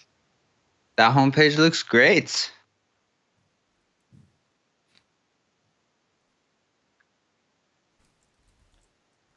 How do I do this? I want the mark. So you see, the problem with the lobotomized owl thing is that you have to sort of hack the priorities of some other things. There you go. So now we have the spacing that I appreciate. The spacing between the heading and the text is less so than the text and the rest. Cool. Okay, I know that this hack is going to come back to bite me, but it's a CSS hack to change the priority of things. Okay, so this is something. Click here for the yada yada. So that would be the bio, which they can also click on the bio, but they can also click there. Yeah. Do you want to like do the social media links, or do you want to do something completely different? I have an idea of something. different that I want to try. Yeah, you have an idea of different. Yeah, I go with that. Yeah, so what I like want different. to start playing with is we have to migrate this blog, and we Yeah. have to migrate the posts. And you looked into this, and I thought we were in a hurry because we had only 1 week of Wix, and then we would lose all this material. But you said that it's just going to go to a different domain, so we are not in a hurry. Yeah. We'll still have access to this to scrape it. But many of the links may break. I'm not even sure. So it is a smart idea for us to try to scrape this while it's still online. So I thought we could start doing this. And you worked on trying to migrate to WordPress, and nothing came out of that, right? Yeah, I kind of took Bo's advice and I looked online. I found the solution for migrating to WordPress, but then other people in the comments were saying that it no longer works. And then I talked to their support, and they didn't give me a straight answer as to why, but they were like, yeah, it's tricky. You can try it, but you may not be able to get everything out of it. Sorry, I gotta keep also checking my email. So hence me being all over the place today. Cool. Okay. All right. So yeah, I like that. The scrape action. I would be interested in doing that. Something different. Again, the streams YouTube is giving me a yellow warning saying that it's not receiving enough video information. But in OBS, again, I am green, so should be okay. Let me know if it's not. Sounds okay. I'm checking it. But let's do something different. So we did some design work, and that is okay. We have something that looks professional, I think. It is simple, but it looks nice. It applies all the good design rules of things being in front and in the back, and they are interactive, which is more than we can say about this Wix design, which is not interactive. You put your cursor and nothing changes. So we got all those details right, and we have a custom font, and the size, the line length is also better now. I mean, this line length is too wide in my opinion, and then you sort of have to like go like this when you're reading. So I think that we are improved. We have improved definitely on the existing website. It's very efficient and engineer-like, which I like. I guess more than wanting to be known as an artist, I would like to be known as like a technical person. So I think it's what do you call it? It's on brand or whatever. Perfect. So we did some design work. Now let's switch gears because we have to do some more coding work, I suppose. Scraping action. Yeah. So first of all, we need to know what is the list of all the things that we are scraping. So in other words, I want one link to every blog post you have ever written. So that's easy to do. All I have to do is go to my console here and get a hold of one of the links. Let me find where that link is. It's right here. So now that we have one of the links, I can try to get a feel for what the... Oh, this is not going to go anywhere. Let me put my developer tools below. Yeah, this is very nested. That's why it's so to the right. But okay, so we have a feeling of what a link, where a link is on the page. So here's an idea. We can just go to the console and from the document, get query selector all the links such that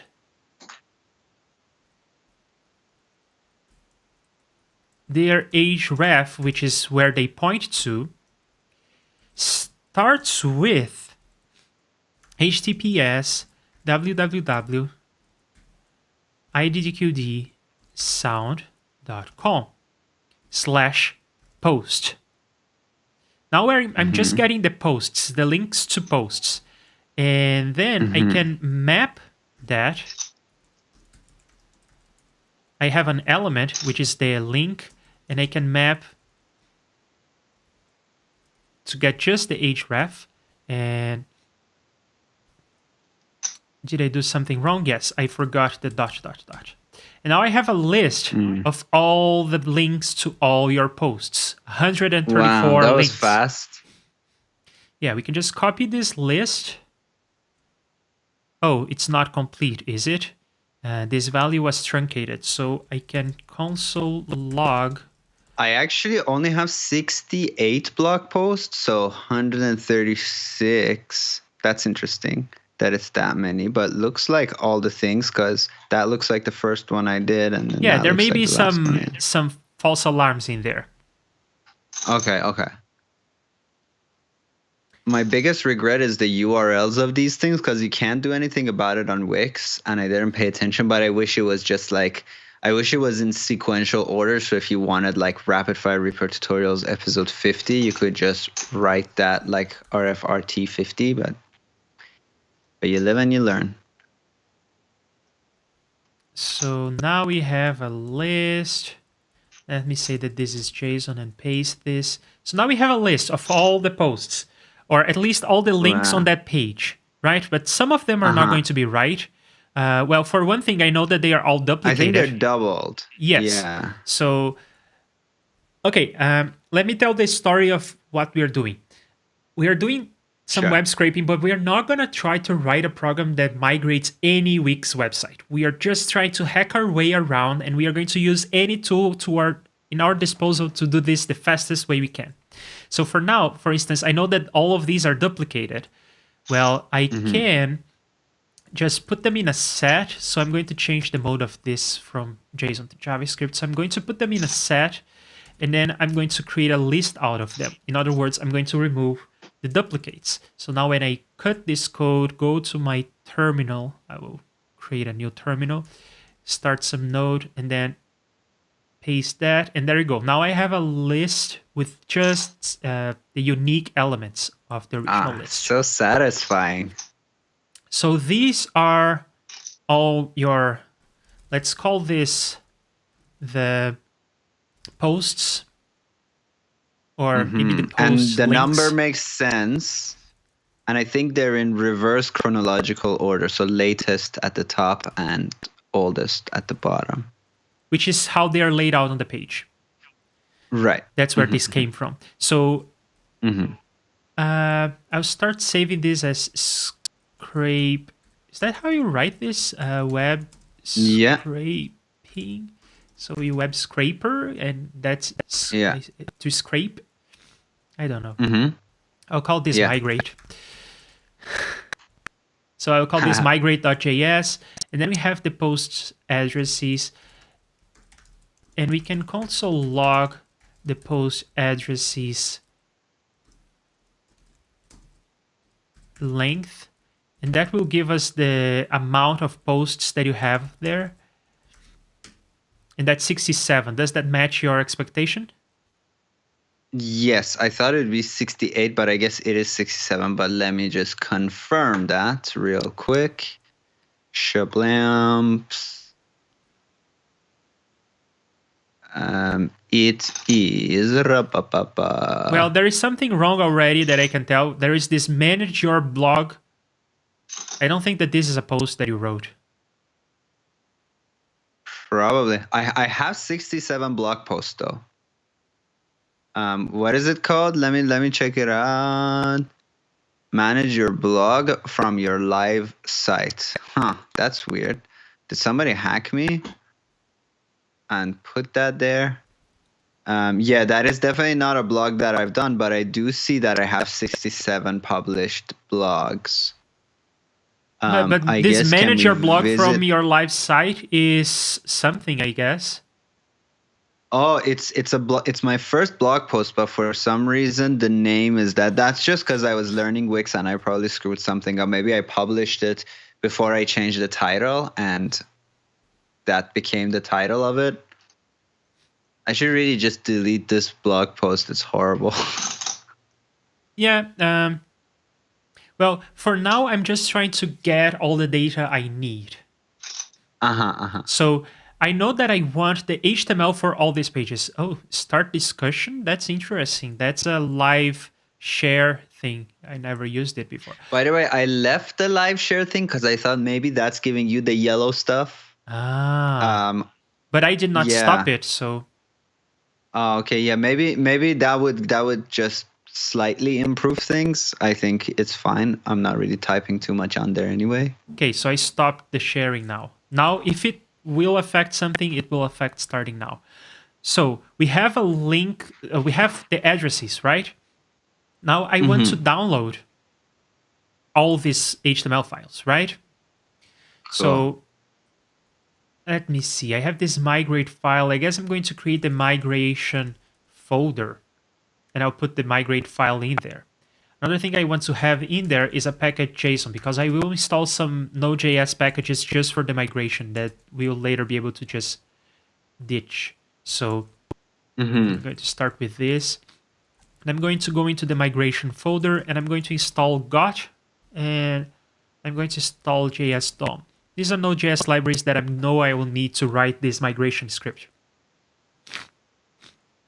My allergies are so bad today.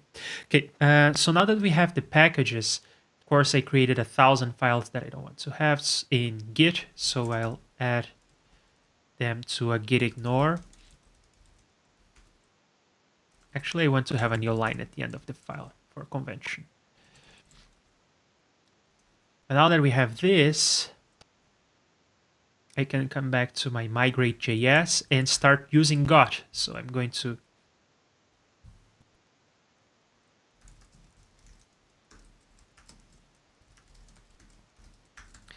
do that. And then for a post address of post addresses.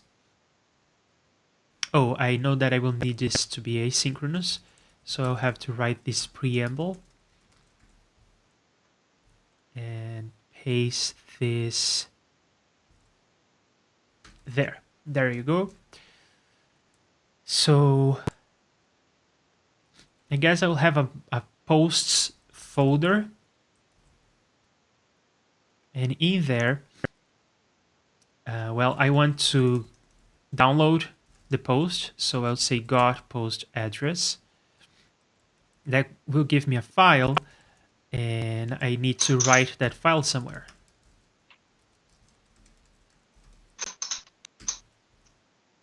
This is real hacking, ladies and gentlemen. I suppose it is. And the name of the file is something interesting. I guess I will get the name from the URL. So I will just say post addresses, and I will slice at the length of this that will get rid of this part of the URL, and I will end up with something like that, except that I probably want a .html at the end, right?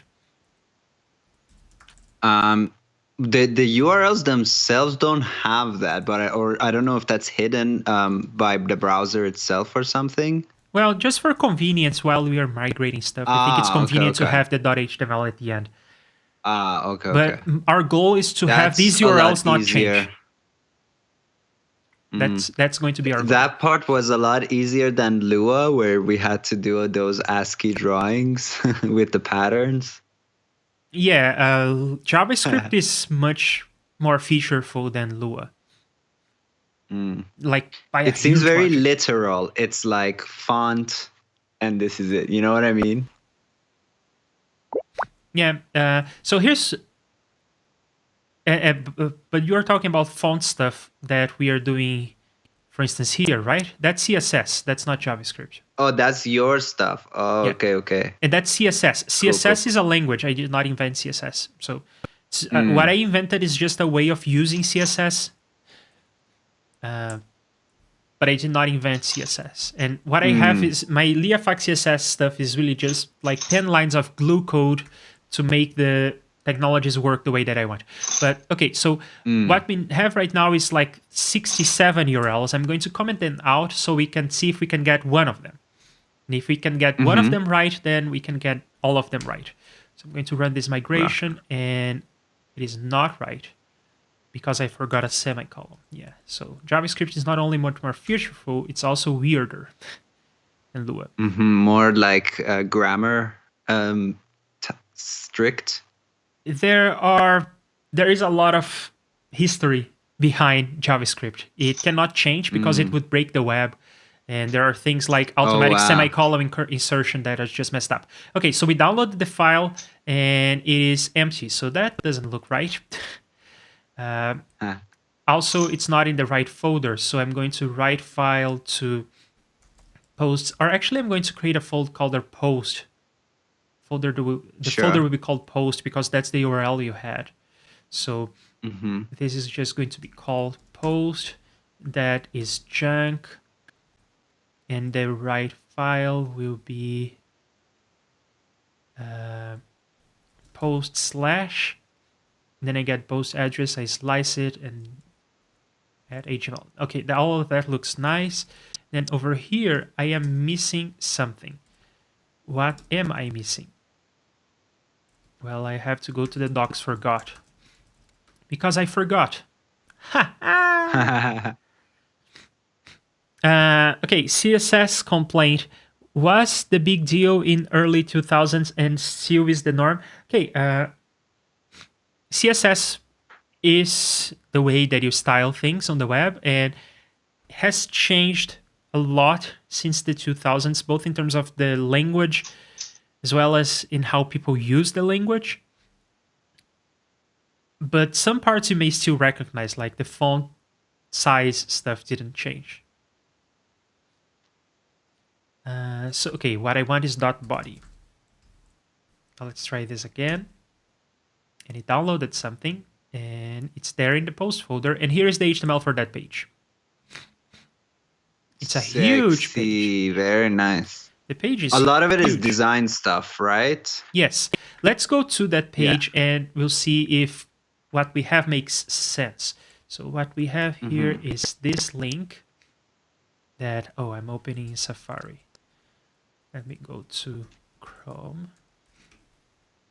Okay, so this is the post. How come both companies who make actual operating systems are incapable of making a good browser? That is very interesting to me. Both Internet Explorer and Safari are kind of a joke. Making a browser is super complicated. Probably the browser is the most complex piece of software you have on your machine. The browser has... Wow, that surprises me.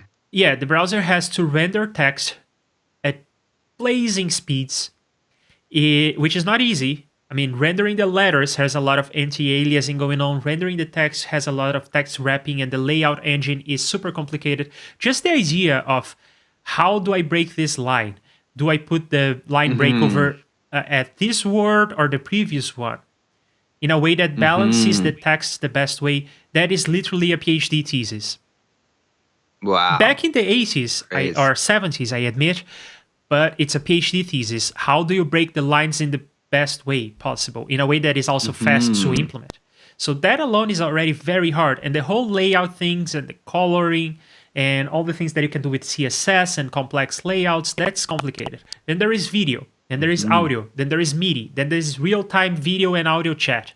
Then, yeah, it is crazy, complicated, and super, super expensive.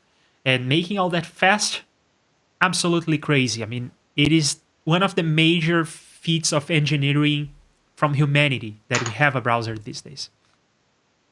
And that you can run it on a phone. I mean, it's amazing. In any case, so we are checking that what we have here makes sense. So let's see if we find this title on this page. There it is. It's there. It's the title of the page. Awesome. Cool. Let's see if we have some of the material from there. Like I took a page out of. And there it is. So all the material that we need is in there. It may be in a crappy format, but it definitely is there. So I'm going to uncomment all these lines. And what we are going to end up with is a dump of everything you ever wrote in your blog. That may take a minute or two to complete. Sure, yeah. I guess I would have a question for you in the meantime. is that so what in that HTML code, what do the images look like? Like the images are referencing media that's on Wix, and we'd have to replace those when we host the images on another platform, or Yeah, how so does that work? the images are, we can go to the website and open the image on a new tab, and then we'll see, yes, the images are on this crazy folder on Wix, and you have all these images, right? That's what you downloaded, right? Yeah, they are in the folder that I sent you. However, I'm not. I'm pretty sure that what I downloaded from Wix was lower quality. It was the quality that you view versus the quality that they originally were. Okay, Yeah, so I'm not sure, because usually also when I like put screenshots up on Wix or something, then I just kind of occasionally just delete all my screenshots. So I couldn't fact check this. But yeah, I think they did it. so we have two options here. We can look at the things you downloaded, and we can try to make sense of that. But there is a high chance that you would have to reconnect all the references to the images in the blog posts with the images themselves, and you would have to do that manually. Alternatively, we can just download whatever is on Wix and serve that. Yeah, I mean, if we download what's on Wix, so yeah, I mean, I guess what's on Wix we already have in a folder. I'm And not if sure. it's- Let's see. Because what they are doing here is they're optimizing your images. I can tell that because they are using WebP, which is an optimized format. So I don't know what we downloaded. Did we download, or did you download that optimized version, or the original version you downloaded, or something in the middle? They seem to be the same name and format as the original. So again, yeah, it may be just exactly the original. And they just look grainier to me because my own visual brain has been updated. Yeah. So again, we can try to relink all these things. I guess okay, these blog posts are the docs, and then there is the design screenshot. Those are just because I also thought the website will go away, so I just took screenshots of the design in case we need them. But okay. yeah, seems like I'll have access to that for a while. And then that's the full biography. Okay. And then the site files are the images from That's all what your posts. Wix gives you back. Okay. Yes. And yeah, I suppose this is just what you uploaded, because I don't see any web piece here. Everything is JPEGs. Cool. So we can relink the images, but I guess that would have to be manual. I don't think I can find a way to automate this. So you would have to go over all these images and see where they are used and reassign them to the right. If I have to do that, I'll do that. That's fine. It's like whatever, probably 4 hours of work or maybe less. But that's annoying, I'm right? smart about I it. suppose what the other thing we can do is just go to Wix and get this version, which is already in the post anyway, so we can just use this version instead. Sure. So we're just hosting it somewhere else. Yes. Cool. Yeah. That will be part of the scraping. And look at that, we already downloaded everything we ever wrote. It's in this folder. Oh my god, It crazy. is similar in spirit to what you did with the doc access, but except that I have HTML here, and that is easier to work with, I suppose. Absolutely, yeah. Yeah. And it's closer to the source. It's one step less. It's one step fewer? I don't know. It's fewer steps in the way of getting to the content, which I guess is better, because every translation that we do may lose something in the migration. If we are not careful. Bops, I'm not sure if they're HTML images. I guess they're not, right? I guess we saw that they're WebP, so that means they're not HTML. Well, in the HTML, you cannot really have an image. All you can have in HTML is a reference to an image. A reference. And then you can give it a source. And for instance, I'm giving it a JPEG here. Now, in your pages, let's look. So I know that for a fact that the stream is lagging right now because Visual Studio Code is trying to syntax highlight this file, and it's very long. It's even complaining that it's super long. So my GPU is all over the place at this point. Okay. Yeah, but you see, the images on the website are this optimized version, right? Mm-hmm. So what we can do is just download all of them from the current website, from the existing website. Mm-hmm. And I'm not sure I want to go there yet. There may be other things. Sorry, just checking the phone. Yeah, but so all of this that we did worked. So we already migrated the HTML. So I'm going to comment out all of this because we migrated the HTML. I mean, we downloaded the HTML. I cannot really say that we migrated it because we still have to massage it so that it's in a good format for us. We got them out of danger and out of the border. Now we got to get them to the safe place. Yeah. Yeah. I want to keep this this code out around. Of prison. I want to keep this around until we are finished. So this file is going to be a big pile of junk that we write and we cobble together just for the purpose of migrating. Next, well, I suppose one thing within... I want to wrap this up in a couple minutes, but I guess one thing that we can do that will be really quick is to just get a list of all the images. And I suppose you have images, you have zips, and you have maybe videos over here. Videos are all embedded. Okay. Yeah, they're embedded links. They're not videos hosted on the website. Okay. But we can get a hold of all the images. That should be quick. And then we can wrap this up. So sure, sounds good. For now, what I have to do is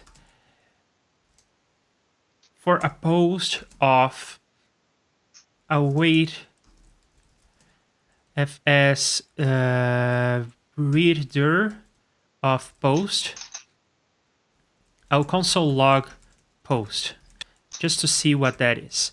That is going to be a list of all the HTML files in there. Next, I can await on fs read file of post/post, which is kind of silly. And these files are UTF-8. I guess I will rename this to post file because this really is the post HTML. Now I can parse this post HTML, and then I can create a set of images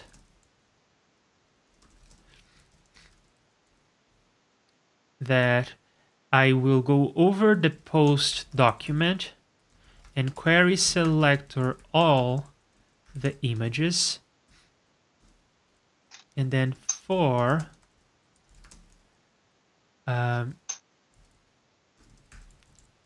each one of these elements I will images add element source. And these are not going to be images, they're going to be image addresses. There you go. Then at the end of the loop, I'm just going to console log the image addresses. And notice that I'm using a set, not a list, because I don't want to have duplicates. So now I run this, and it's going to complain. JS DOM is not defined. I forgot to require it.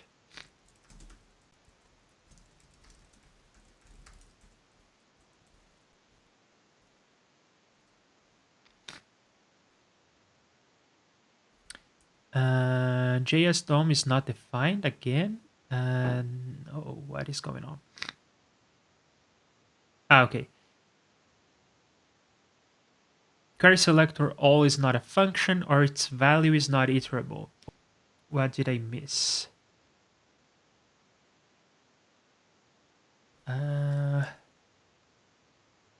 Is this parsing correctly?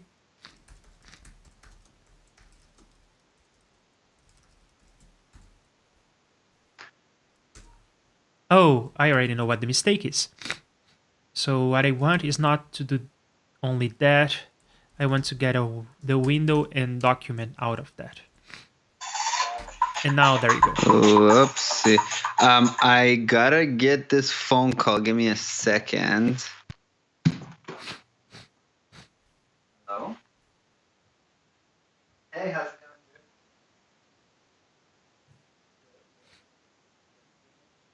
going? Yeah, so Bob's is saying that you download the images and then clean them up. That's what I'm trying to do now. I'm trying to find where all the images are. And I guess I have a list now. I have a list of all the images that exist in all Aria's posts ever. So I guess I can just go ahead and download them, maybe? Yeah, 208 images that I can download.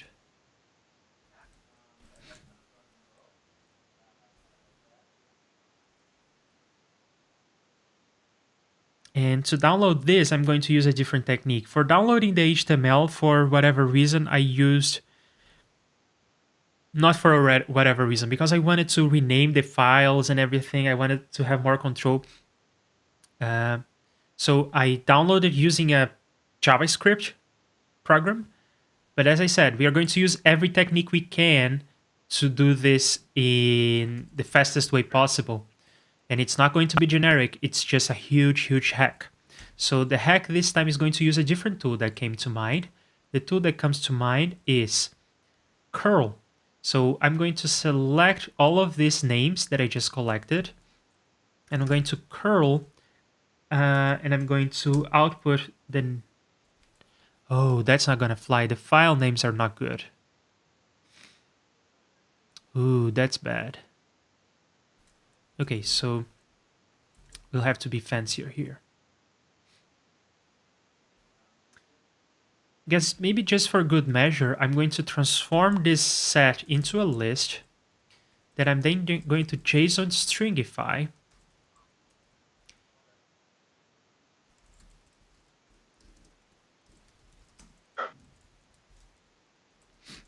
And I'm going to save into an images JSON file. Why am I doing this? Because I want to run this process and get a list of all the... Same way I have a list of all the posts if I need for later, I want to have a list of all the images. So I suppose I can just save this on a file as well, right? Sorry. No problem. Oh, and Bo sent us the image. We can also do that. We can add it down the line because you're on a roll. Okay, yeah. And I want to finish relatively soon. But what I'm doing here is I wrote a script that will get a hold of all the images you have on your website. And the same way that we have a list of posts, so I moved the list of posts into its own file. We have a list of all the posts. Whenever we need to manipulate the posts, we can just come to this file and read it. I also want to have a list of all your images. Mm-hmm. So I wrote this script that is going to go over all the posts we have on this folder, parse the HTML, get a hold of all the images in there and their sources, and I'm going to save this to a file. Then maybe we will want to download them, but I noticed that their file names are not ideal, so we have to be smart about the way that we download these files. And that's... I was going to try to pull a different trick, but I don't think there is a way around it, so I will have to be smart about the way that I download the files and I name the resulting downloads.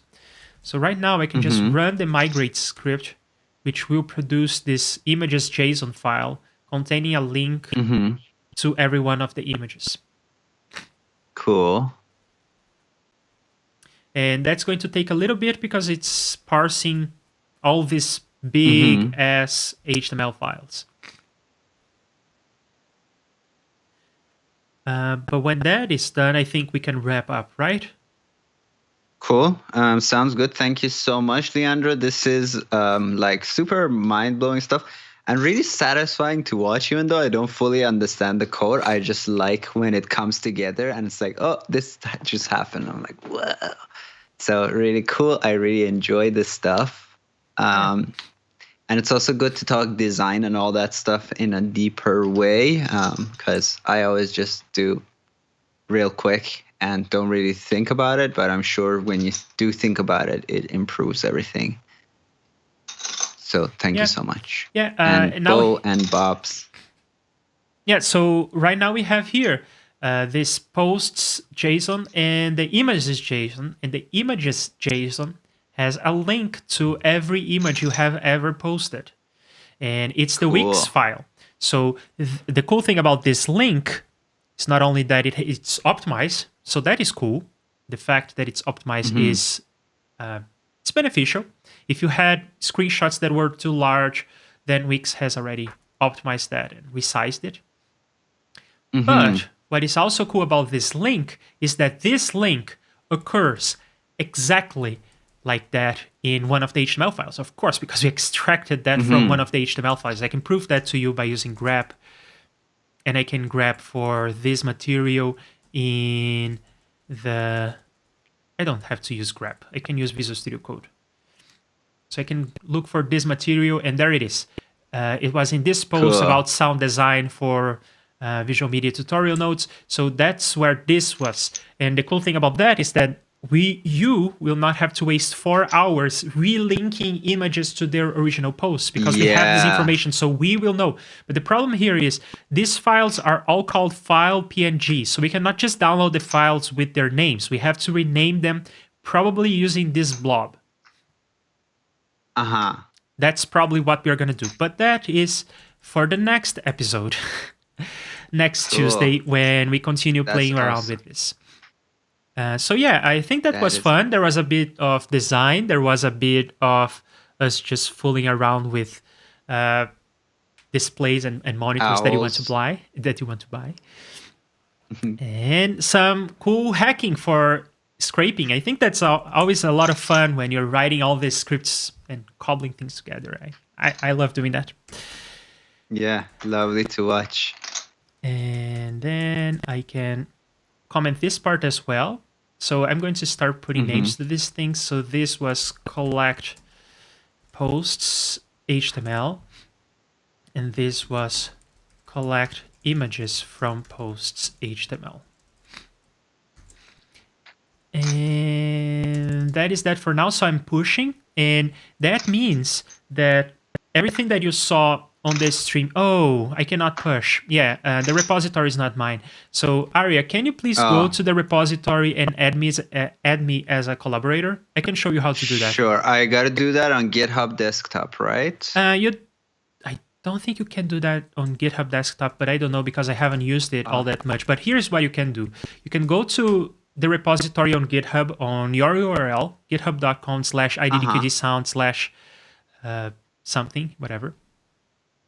And then go to settings.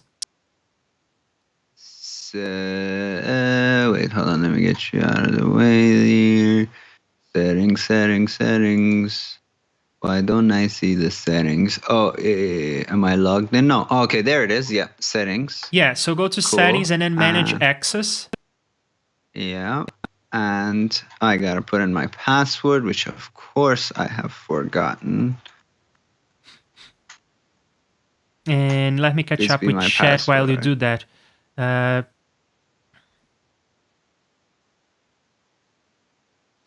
Yeah, I would edit JPEGs individually, Bob says. Very cool. I am a monster. People keep saying that. People are afraid of me on the street. I'm not a monster. I'm just a person. Agree. I wish I had half his coding skill. Thanks. Thank you all for being so nice to me. I shall revisit this stream for sure on Sunday morning. Yeah, that's a lovely way of spending a Sunday morning. I spent my Sunday mornings watching YouTube as well. And yeah, so Arya is going to invite me as a collaborator, and I'm going to push. And when that is over, you can go to iddqdsound.github.io and it will change. It will be the version that we work on today. So I'm assuming I give you direct access. Yeah, let me see how that or works. I go invite a collaborator, search by username Leofac. Yeah. There's also Leah Face. Do you know that person? No. Yeah, I think I sent you an invite as a collaborator, and I think I can now say full access or something. Type collaborator. Yeah, Is now there I have like push boss? access, which means that I can click on this button and it will work. And in 1 minute or two, the URL I mentioned, iddqdsound.github.io, this guy will update to the version that we were working on the stream. So this version right here. Cool. So it is at a point that we cannot really change your Wix domain yet, but it's getting closer. But we're we're very close. Yeah. Of course, very awesome. there's still more work to do to massage this HTML and extract the content in a nice way. And there may be things like this here where you have an image to the left and the text on the right, and we will have to do some CSS for that to translate well. So we are not done, but we have something to show on both fronts, in the design front as well as in the web scraping and migration stuff. So we got all the balls rolling in their courts. And I think that's all for today, Arya. Yeah, thank you so much. Well, thank you for being here with me on my channel, and it is always fun to have you. And tomorrow we'll do more of us. But we'll be recording a song. We'll continue recording. I guess we'll do again some weird sounds to pretend that they are a snare or something like that. And it will be fun. It occurred to me that you wanted to make sounds with your guitar, and we should definitely add a layer of guitar body kick, because that would have a resonance that we can tune, so you can hold a chord and then you can bang your guitar and then you will have a resonance that has a chord profile. So that would be fun to try and see if we like. I'm into that. Yeah, I'm looking forward for that. So tomorrow, 5:30 UTC, I see you again over here in this channel. And yeah, let's say goodbye for now. Adios, everybody. Thank you for the images, Bo. I'll send those to Leandro as well, or put them on the thing. Yep. All right. Bye. Adios. I'm going to click on the button now. So yeah, see you.